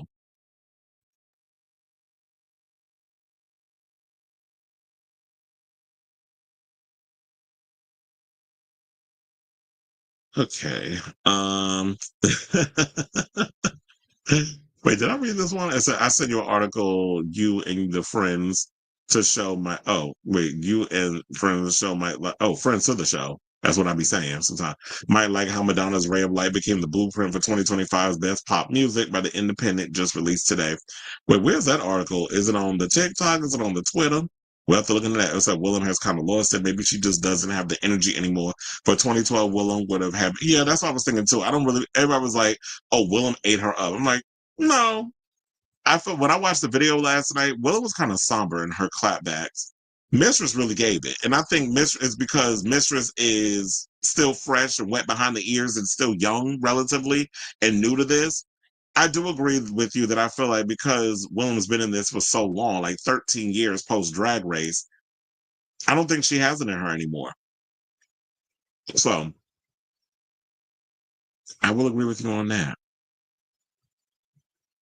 Ooh, Brent Waters said that he said, I'm gonna catch the playback later, but I just want to tell you that I discovered your channel last week and I've never listened to a YouTuber for 4 hours. Yeah. It's like you hit everything I wanted to hear. Well, you know what? And they said, and you are into comics and Drag Race fan here for life. Well, thank you. So it's like I like the fact that I have somebody that truly gets what we're doing over here on this show. So thank you for being a part of the show. And it was saying like, yeah, I've never listened to a YouTuber for 4 hours. That shows that I've got a gift. Because even I'll say that too. Like it depends on the person, but there's some people that are like, I need you to cut your show up into segments because I cannot do a whole 4 or 5 hours. The only show that I could do that long of a watch for would be Fag Talk. Because sometimes, T.S. Madison go on for like 4 to 5 hours. I'm like, I can go on and kiki with y'all. Because y'all actually, there's so many things they put in the show and it's funny. And then you always care what they got to say because they're unfiltered in how they deliver things. So that's probably like the only show I could sit through for a long period of time and not be bored. And then, and then there's other shows too. But I know like with a bunch of other YouTubers, like when I watch, if I watch John Campea or these other type of shows, they do shorter shows. Their shows are like an hour, hour and a half, that sort of thing. And Christian Hall, that's enough because at least it's like depending on the person they have on, I want to hear what they have to say, and then they're not really spending all that time just running off with the damn mouth. So he said, Mistress loves being messy. She likes attention. Mm-hmm. Did you see the article about Manila getting dragged for posting that picture of RuPaul and Ginger? I did not. Where was that at? I know she was out here being messy too. Are you talking about that picture of RuPaul and Ginger where it was like the photo of like the cheating couple? That one, that whole new meme that's going around. Cause they have one with Elmo doing that to Miss Piggy. Then there was one with RuPaul and Ginger. I posted that same photo on my social media, and somebody was like, "I don't get it." Well, y'all ain't been paying attention. I'm Team Mistress. I was up till 2 a.m. last night. Watching her live on the Clock app. She had me cackling or cracking up. I think I was like really tired last night because after I was done with this show, y'all saw I was yawning. Because it was like I was out, like when you out and you early in the morning, you in the sun and you dealing with people over at City Field and you got to come home and put a show together. And then it's like that you start to get really tired. And then I was struggling to put in the edits of the show last night. Like my eyes was halfway open. I was like, wait, I got to wake up. I got to finish. I can't just stop now and then wait until the morning. I got to put those timestamps in. So I sent to you on Twitter for the next show. It's kind of long. Oh yeah, so I'll definitely um use that for the next show, which will probably be Monday. Because tomorrow we're doing a Chris Stapleton show. Saturday I'm doing a Chris Stapleton show, and then Sunday I'm doing a Blackpink show. So we ain't gonna be able to have a show until Monday. Next week will probably be a little lighter. So I won't be as busy, but yeah, it ebbs and flows. And so I can't even sit through an hour of fag talk until I get bored. I think that is too, because me sitting here just talking and then trying to go and then transitioning to the next show, I would be so bored. I was like, I would even be bored myself. So I knew I had to find a angle to. It was like, so what's a good way to keep myself as well as the fandom engaged? And that would be it being an interactive thing where it's like, well, yeah, because and then there'd be some things where I'm like, okay, I gotta fast forward to y'all because y'all just dragging it with certain things. So I don't sit and just like watch it fully. There'd be times where I'll be fast forwarding through the foolishness over there too. The fact that you read your comments makes a difference. Where it's like everybody is included. And then it inspires me to go on banters and stuff depending on what y'all put in the comments. All right. So now let's get into our final topic. And let's talk about the ratings regarding All Stars 10. It is not pretty. So apparently, you know, the All Stars 10 lip sync SmackDown for the Crown marked the highest rated finale in 3 years for the Paramount Plus reality competition show. The show broke yet another record. Now, while the finale saw an 11% increase in total viewers versus last year's season 9 finale, the All Stars 10 finale apparently is the lowest rated episode so far for a spinoff. And when I heard that, I'm like, damn, but wait a minute, I'm confused. I'm like, how y'all say 1 second that the show is doing well, and then y'all saying like the ratings is low? Because I remember, what was it? I think Alex was telling me that, yeah, I think they review bombed it. Like people were so pissed they gave it like a 2.3 or something or another, if I'm not mistaken. So viewers watched Aja Bosco Diabetica, Ginger Minge, Irene the Alien, Georges, and Lydia Butthole Collins, plus wildcard Carrie Colby, which I still feel Carrie should have been added to when they did the full merger of the girls. Y'all should have gave her a fair shake instead of let's have her come in for the Lollapalooza only to immediately eliminate her. And then also I saw on, was it the pit stop? No, it was the fashion photo review, I think, with what's her name, Raja and Raven. Apparently there was a cartwheel that Kerry did up against Ginger Minge that was cut out of the show. So the rigor mortis was rigoring, apparently.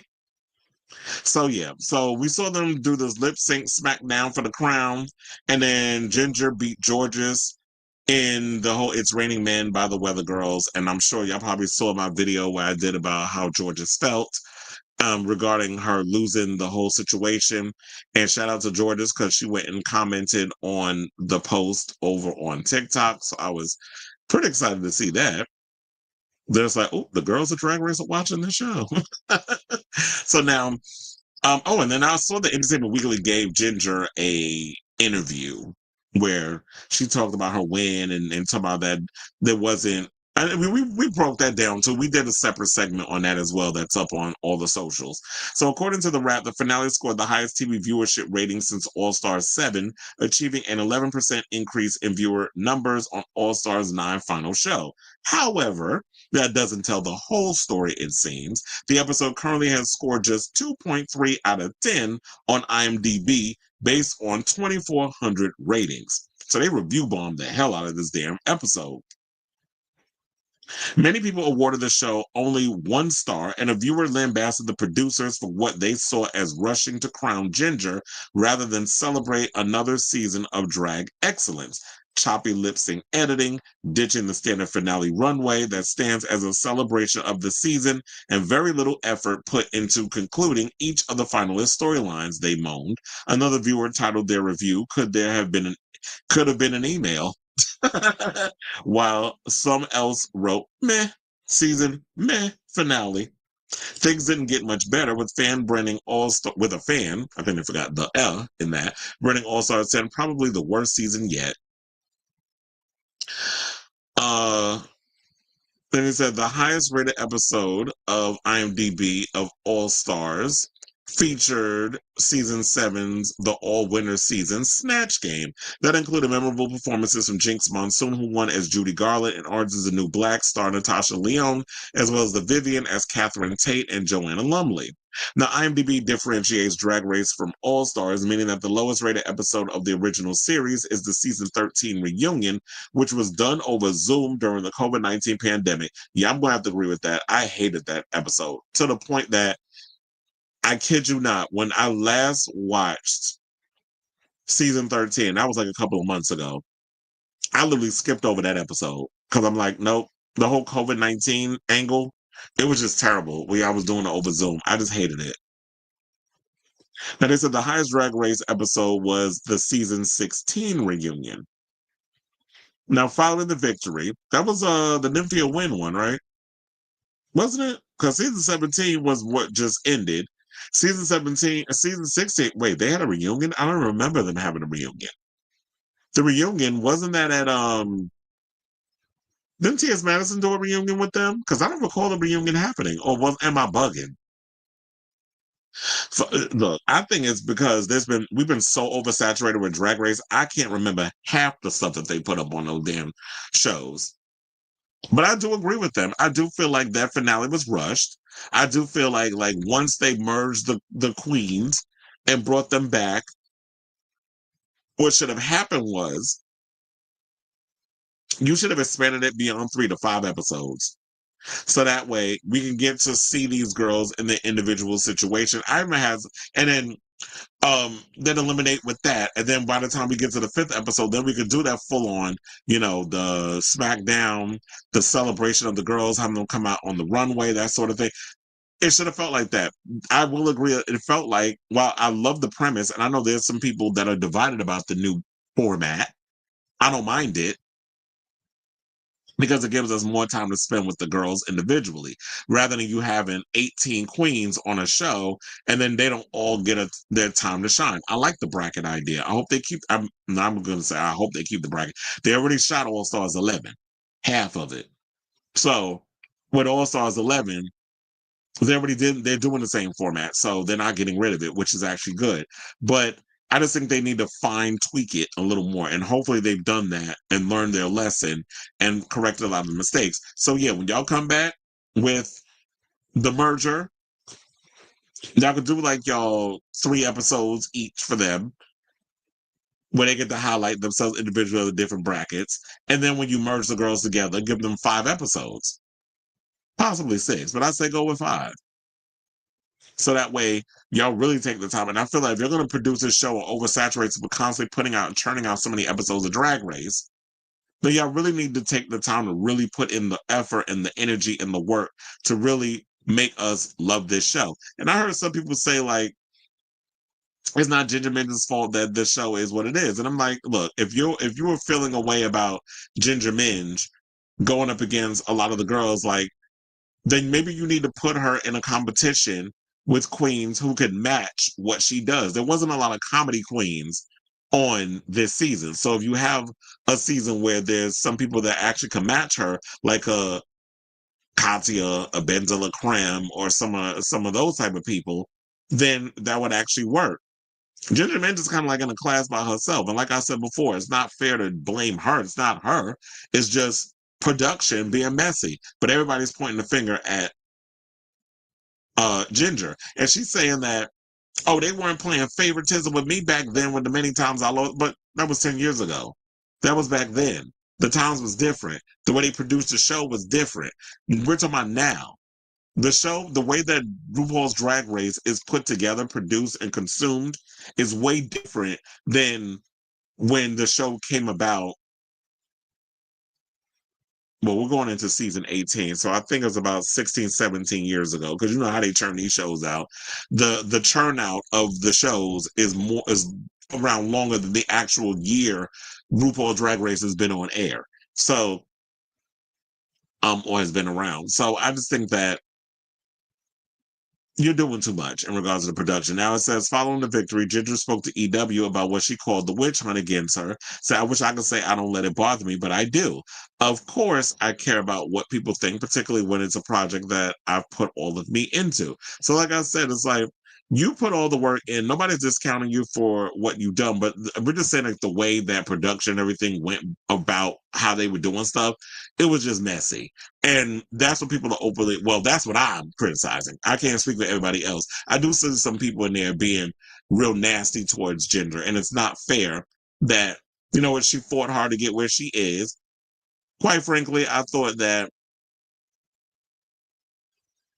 the show did highlight like drag pageantry in that sort of way. Ginger, that's not what she gives with her aesthetic. She's more, like I said, the comedy queen. And it's funny how when you look at comedy queens do comedy, but when we talk about overall looks and stuff, they always look like the outfits they be putting on was a choice. But if I had to choose, no shade, but George's to me was the better performer. especially in that lip sync. Oh, now I see it. I think, what is it? Felix sent this to me. Hold on, let's read this as a class. So I guess we can combine this with the story that we're doing. So yeah, so here's the story of Manila Luzon gets backlash for a shady AI meme about Drag Race All-Star winner Ginger Minj. Since it kind of falls in. So it says, people are not happy when Manila Luzon shared an AI meme of Ginger Minj, who won All-Stars 10. She's been called shady for posting an outdated image of her fellow queen, with one person saying they feel sick over the amount of hate Ginger Minj gets. The photo shared appeared to show RuPaul hugging a smiling Ginger Minj from behind amid people saying that she was the favorite, leading to rumors that why she won the recent season of All-Stars. And what makes it worse is Manila was previously a graphic designer. Viewers immediately recognized the photo wasn't real when they noticed the yellow tint, and people are now speaking up about the amount of hatred Ginger Minj is receiving. Follow the latest crowning. One person just asked, why are they even doing this? Someone added, they know this will only affect Ginger and the hate she's getting. The only queen who I see actively asking people to be kind to Ginger is Susie Toop. I generally don't get why. Another said Manila wants those social media impressions. Funny enough, I heard that there's a new horror movie that's out on Hulu that has, I think it's Hulu, that Susie Toot is in. So yeah, here's the picture. That's the picture that's going around. And I said, no shade, I did post this on the situation. Hold on, let me see if I could we'll leave it here on that. So that way y'all could we'll just leave it on that picture. So yeah, when they said the yellow tint, I was like, where's the I see it. So they said the weird thing is Manila and Ginger are meant to be friends and have done multiple interviews that are meant to be friends. Did y'all write this with AI? So they said, I mean, you never know who's friends with who up in this situation, but they said Manila and Ginger, I guess, are apparently friends and have done multiple interviews together. Either way, Ginger Minj is now letting the monsters eat themselves amid backlash from viewers that she won the recent season of All Stars. She recently told Out of her win, I just don't pay attention to the negativity. Why would I? If I had been crowned 10 years ago, that version of myself probably would have been completely embroiled in the entire mix of it. Ginger Minj then added, but at the place I am in my life now, and I fought so hard to get here, I'm not going to sacrifice any of my peace or my happiness for people who are just looking for an excuse to be miserable. Now, despite appearing to have shared the AI meme, Manila commented with clapping and crown emojis on her Ginger Minj recent post. One person wrote underneath her comment, wow, after the AI post, now you come to congratulate her? So fake. And yeah, I think that's pretty much it. So then there was this other picture that Ginger Minj had of herself, I guess, where she got her crown and scepter, lost a lot of weight, looking like a little person on top of this long ass stool.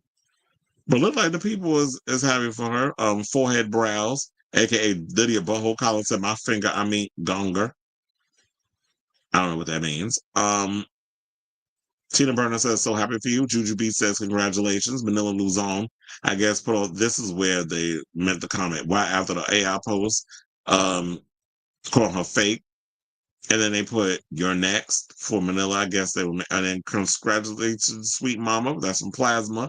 Coco Montrese saying, congratulations. Rose is showing some heart emojis. Jan said, congrats, Ginger. So the queens are pretty much congratulating her, and she got her win. And you know what? Cute. It's cute or whatever. Good for her. But we'll see if Jordan even considers the wanting to, you know, if she even considers wanting to go back on the show, because I don't know at this point she even considers wanting to go and be a part of the show again. But I guess they feel like she was this close. I just think Drag Race is to get more into like the art of performance and all that other stuff. And now it just seems like the show's all about who can make Rue laugh. So I'll say all this to say, what do you guys think of this story in regards of Drag Race being seen as the lowest rated All Stars episode of all time, this finale, and people still going in and having this discourse over Ginger Minge winning and people just like yucking her yum and all that other stuff. So yeah, I definitely want to hear from y'all. Let me know what your thoughts are on this story in the comments down below. All right, so let me close all of these windows. Oh my God, I just saw myself on Facebook live streaming. That's happening. Okay, let's see what the people are saying because we got a lot of comments.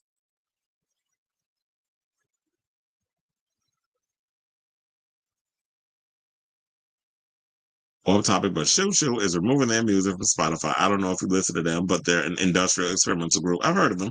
You might have seen their A Promise album cover. But I wonder, why is everybody removing themselves from Spotify? Is there like some kind of craziness that's going on? I mean, it must be because I forgot about the thing with Spotify. I guess people not making enough money or something or another. If they rig season 18 like they did All Stars 10, people are going to lose interest in the show.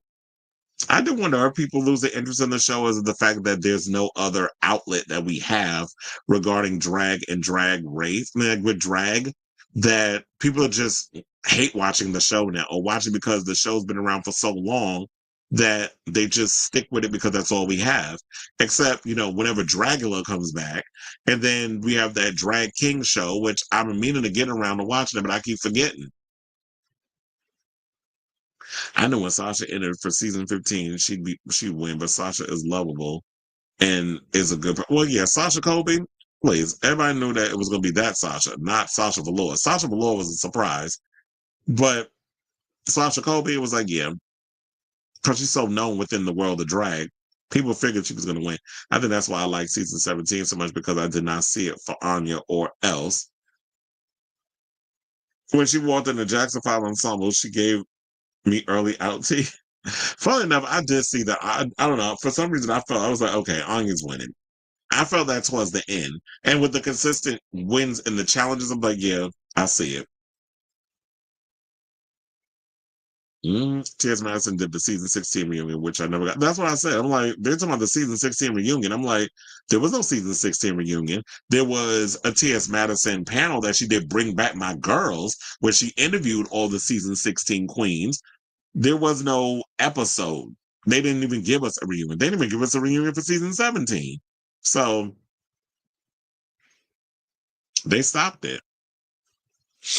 I hope they learn from All Stars 10 and make some changes. Agreed.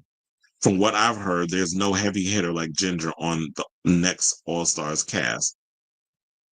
Yeah, so I feel like it should be an even playing field, right? That to me is like what's more entertaining. Sam Star is starting a YouTube channel, which has me thinking she wants to become more likable and garner more fans. Yeah, because I think she comes across as like that nice, nasty. You know how the Southerners are. So I'm actually watching season 17. Well, not me. I'm actually I gotta finish season 15. I was watching season 15 last night. That was the episode that let loose. I said let her loose. Went home for that makeover challenge. So now it's up to the top 4, and then I'll be done with that, and then I can go into season 16 and then season 17. And then I'll probably just revisit all the All Stars, and then who knows? I might go right back to the beginning. And I don't know if I'm gonna watch all the shows from the beginning again. I might just do like I'm gonna cherry pick certain seasons that I want to get back into. I think the first season of Drag Race was filmed in the summer of 2008 and came out early 2009. I remember I used to see Rebecca Glasscock perform at clubs in Fort Lauderdale, and she wasn't really like, oh, whatever happened. Well, she wasn't really liked on the show either. I don't think they know about the Coldplay concert. These people think Manila made the picture. I think what it was that Manila was doing a play on the Coldplay situation, making it seem like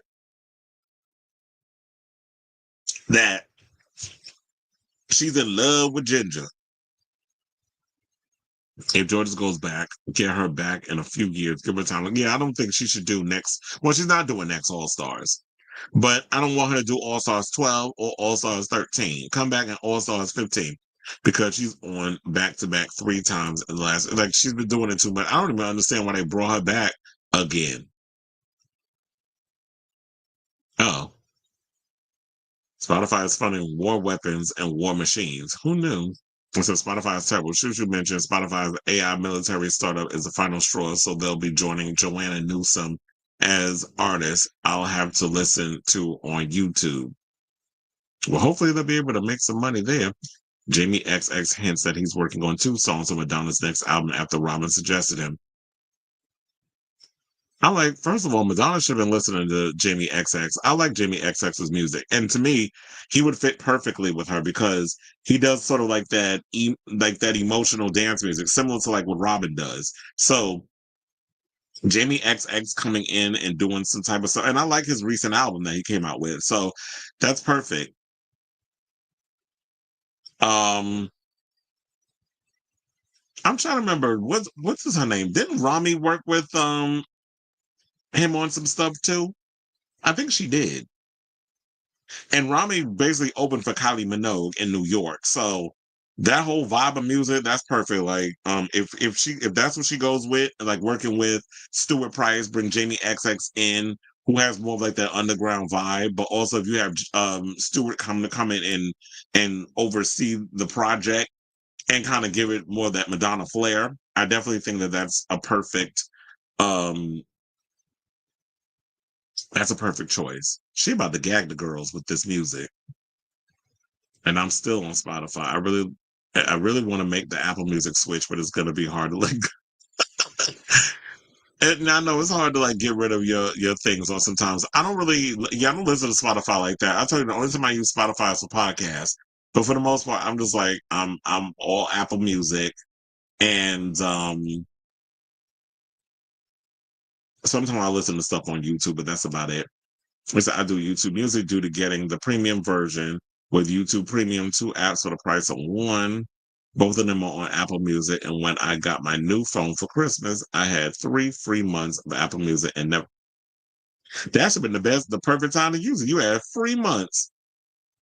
But I guess it's when you used to using your when you used to one thing, it's hard to get and jump on something else. All right, y'all. Okay, so let me get up off this line. We are done with the end of the show. I want to thank you all for tuning in to the latest episode of Chris Avila Unfiltered. Hit that like button if you haven't already. Hit that subscribe button also if you're new to the channel. And also be sure to smash the notification bell so that way you know when we go live with a brand new episode of Chris Avila Unfiltered. I'm going to be getting up out of here early in the morning because I'm going to go see this. What is it? Oh my God, how did I forget the name of it? Fantastic Four movie is coming out. But I'm like, what time is the movie supposed to start? I forget. Oh, child, it's a 10 a.m. movie. So I'm going to have to be up out of my house at like 8 o'clock in the damn morning to go see this damn Fantastic Four movie. And it lets you know all the movies you went to go see. Like the last 2 movies I saw since I joined A-List. I Know What You Did Last Summer and Superman. So they keep me on track. And then, like I said, I'm going to go see this Fantastic Four movie. So after I go and see it and everything, I'll give you all an overall review of it on Monday. I heard there's like 2 post-credit scenes and all that other stuff. So I'll be definitely checking that out. That's a good thing. It's like, yeah, post it on YouTube. And then also I see people who, excuse me, are DJs and stuff. They do DJ mixes on Twitch. My friend Ted, DJ Ted, does his stuff on Twitch and all that stuff. So I think that's the one place you get away with doing whole DJ sets and all that other stuff. But yeah. So yeah, thank you all for tuning in. Thank you for also supporting the show. I'll be back next week because I already told you I'm going to be relatively busy for the next 3 days. So I'm not going to have the time to put together a show and come on here and be a mess. But I will be cutting on some of these clips and stuff and posting it on the channel. So definitely look out for that. Also follow me on my social media platforms, which is down in the description below on the YouTube channel, in the YouTube description, all the good stuff. So yeah, love you all for watching. Thank you all for tuning in and support. And until next time, ciao, darlings.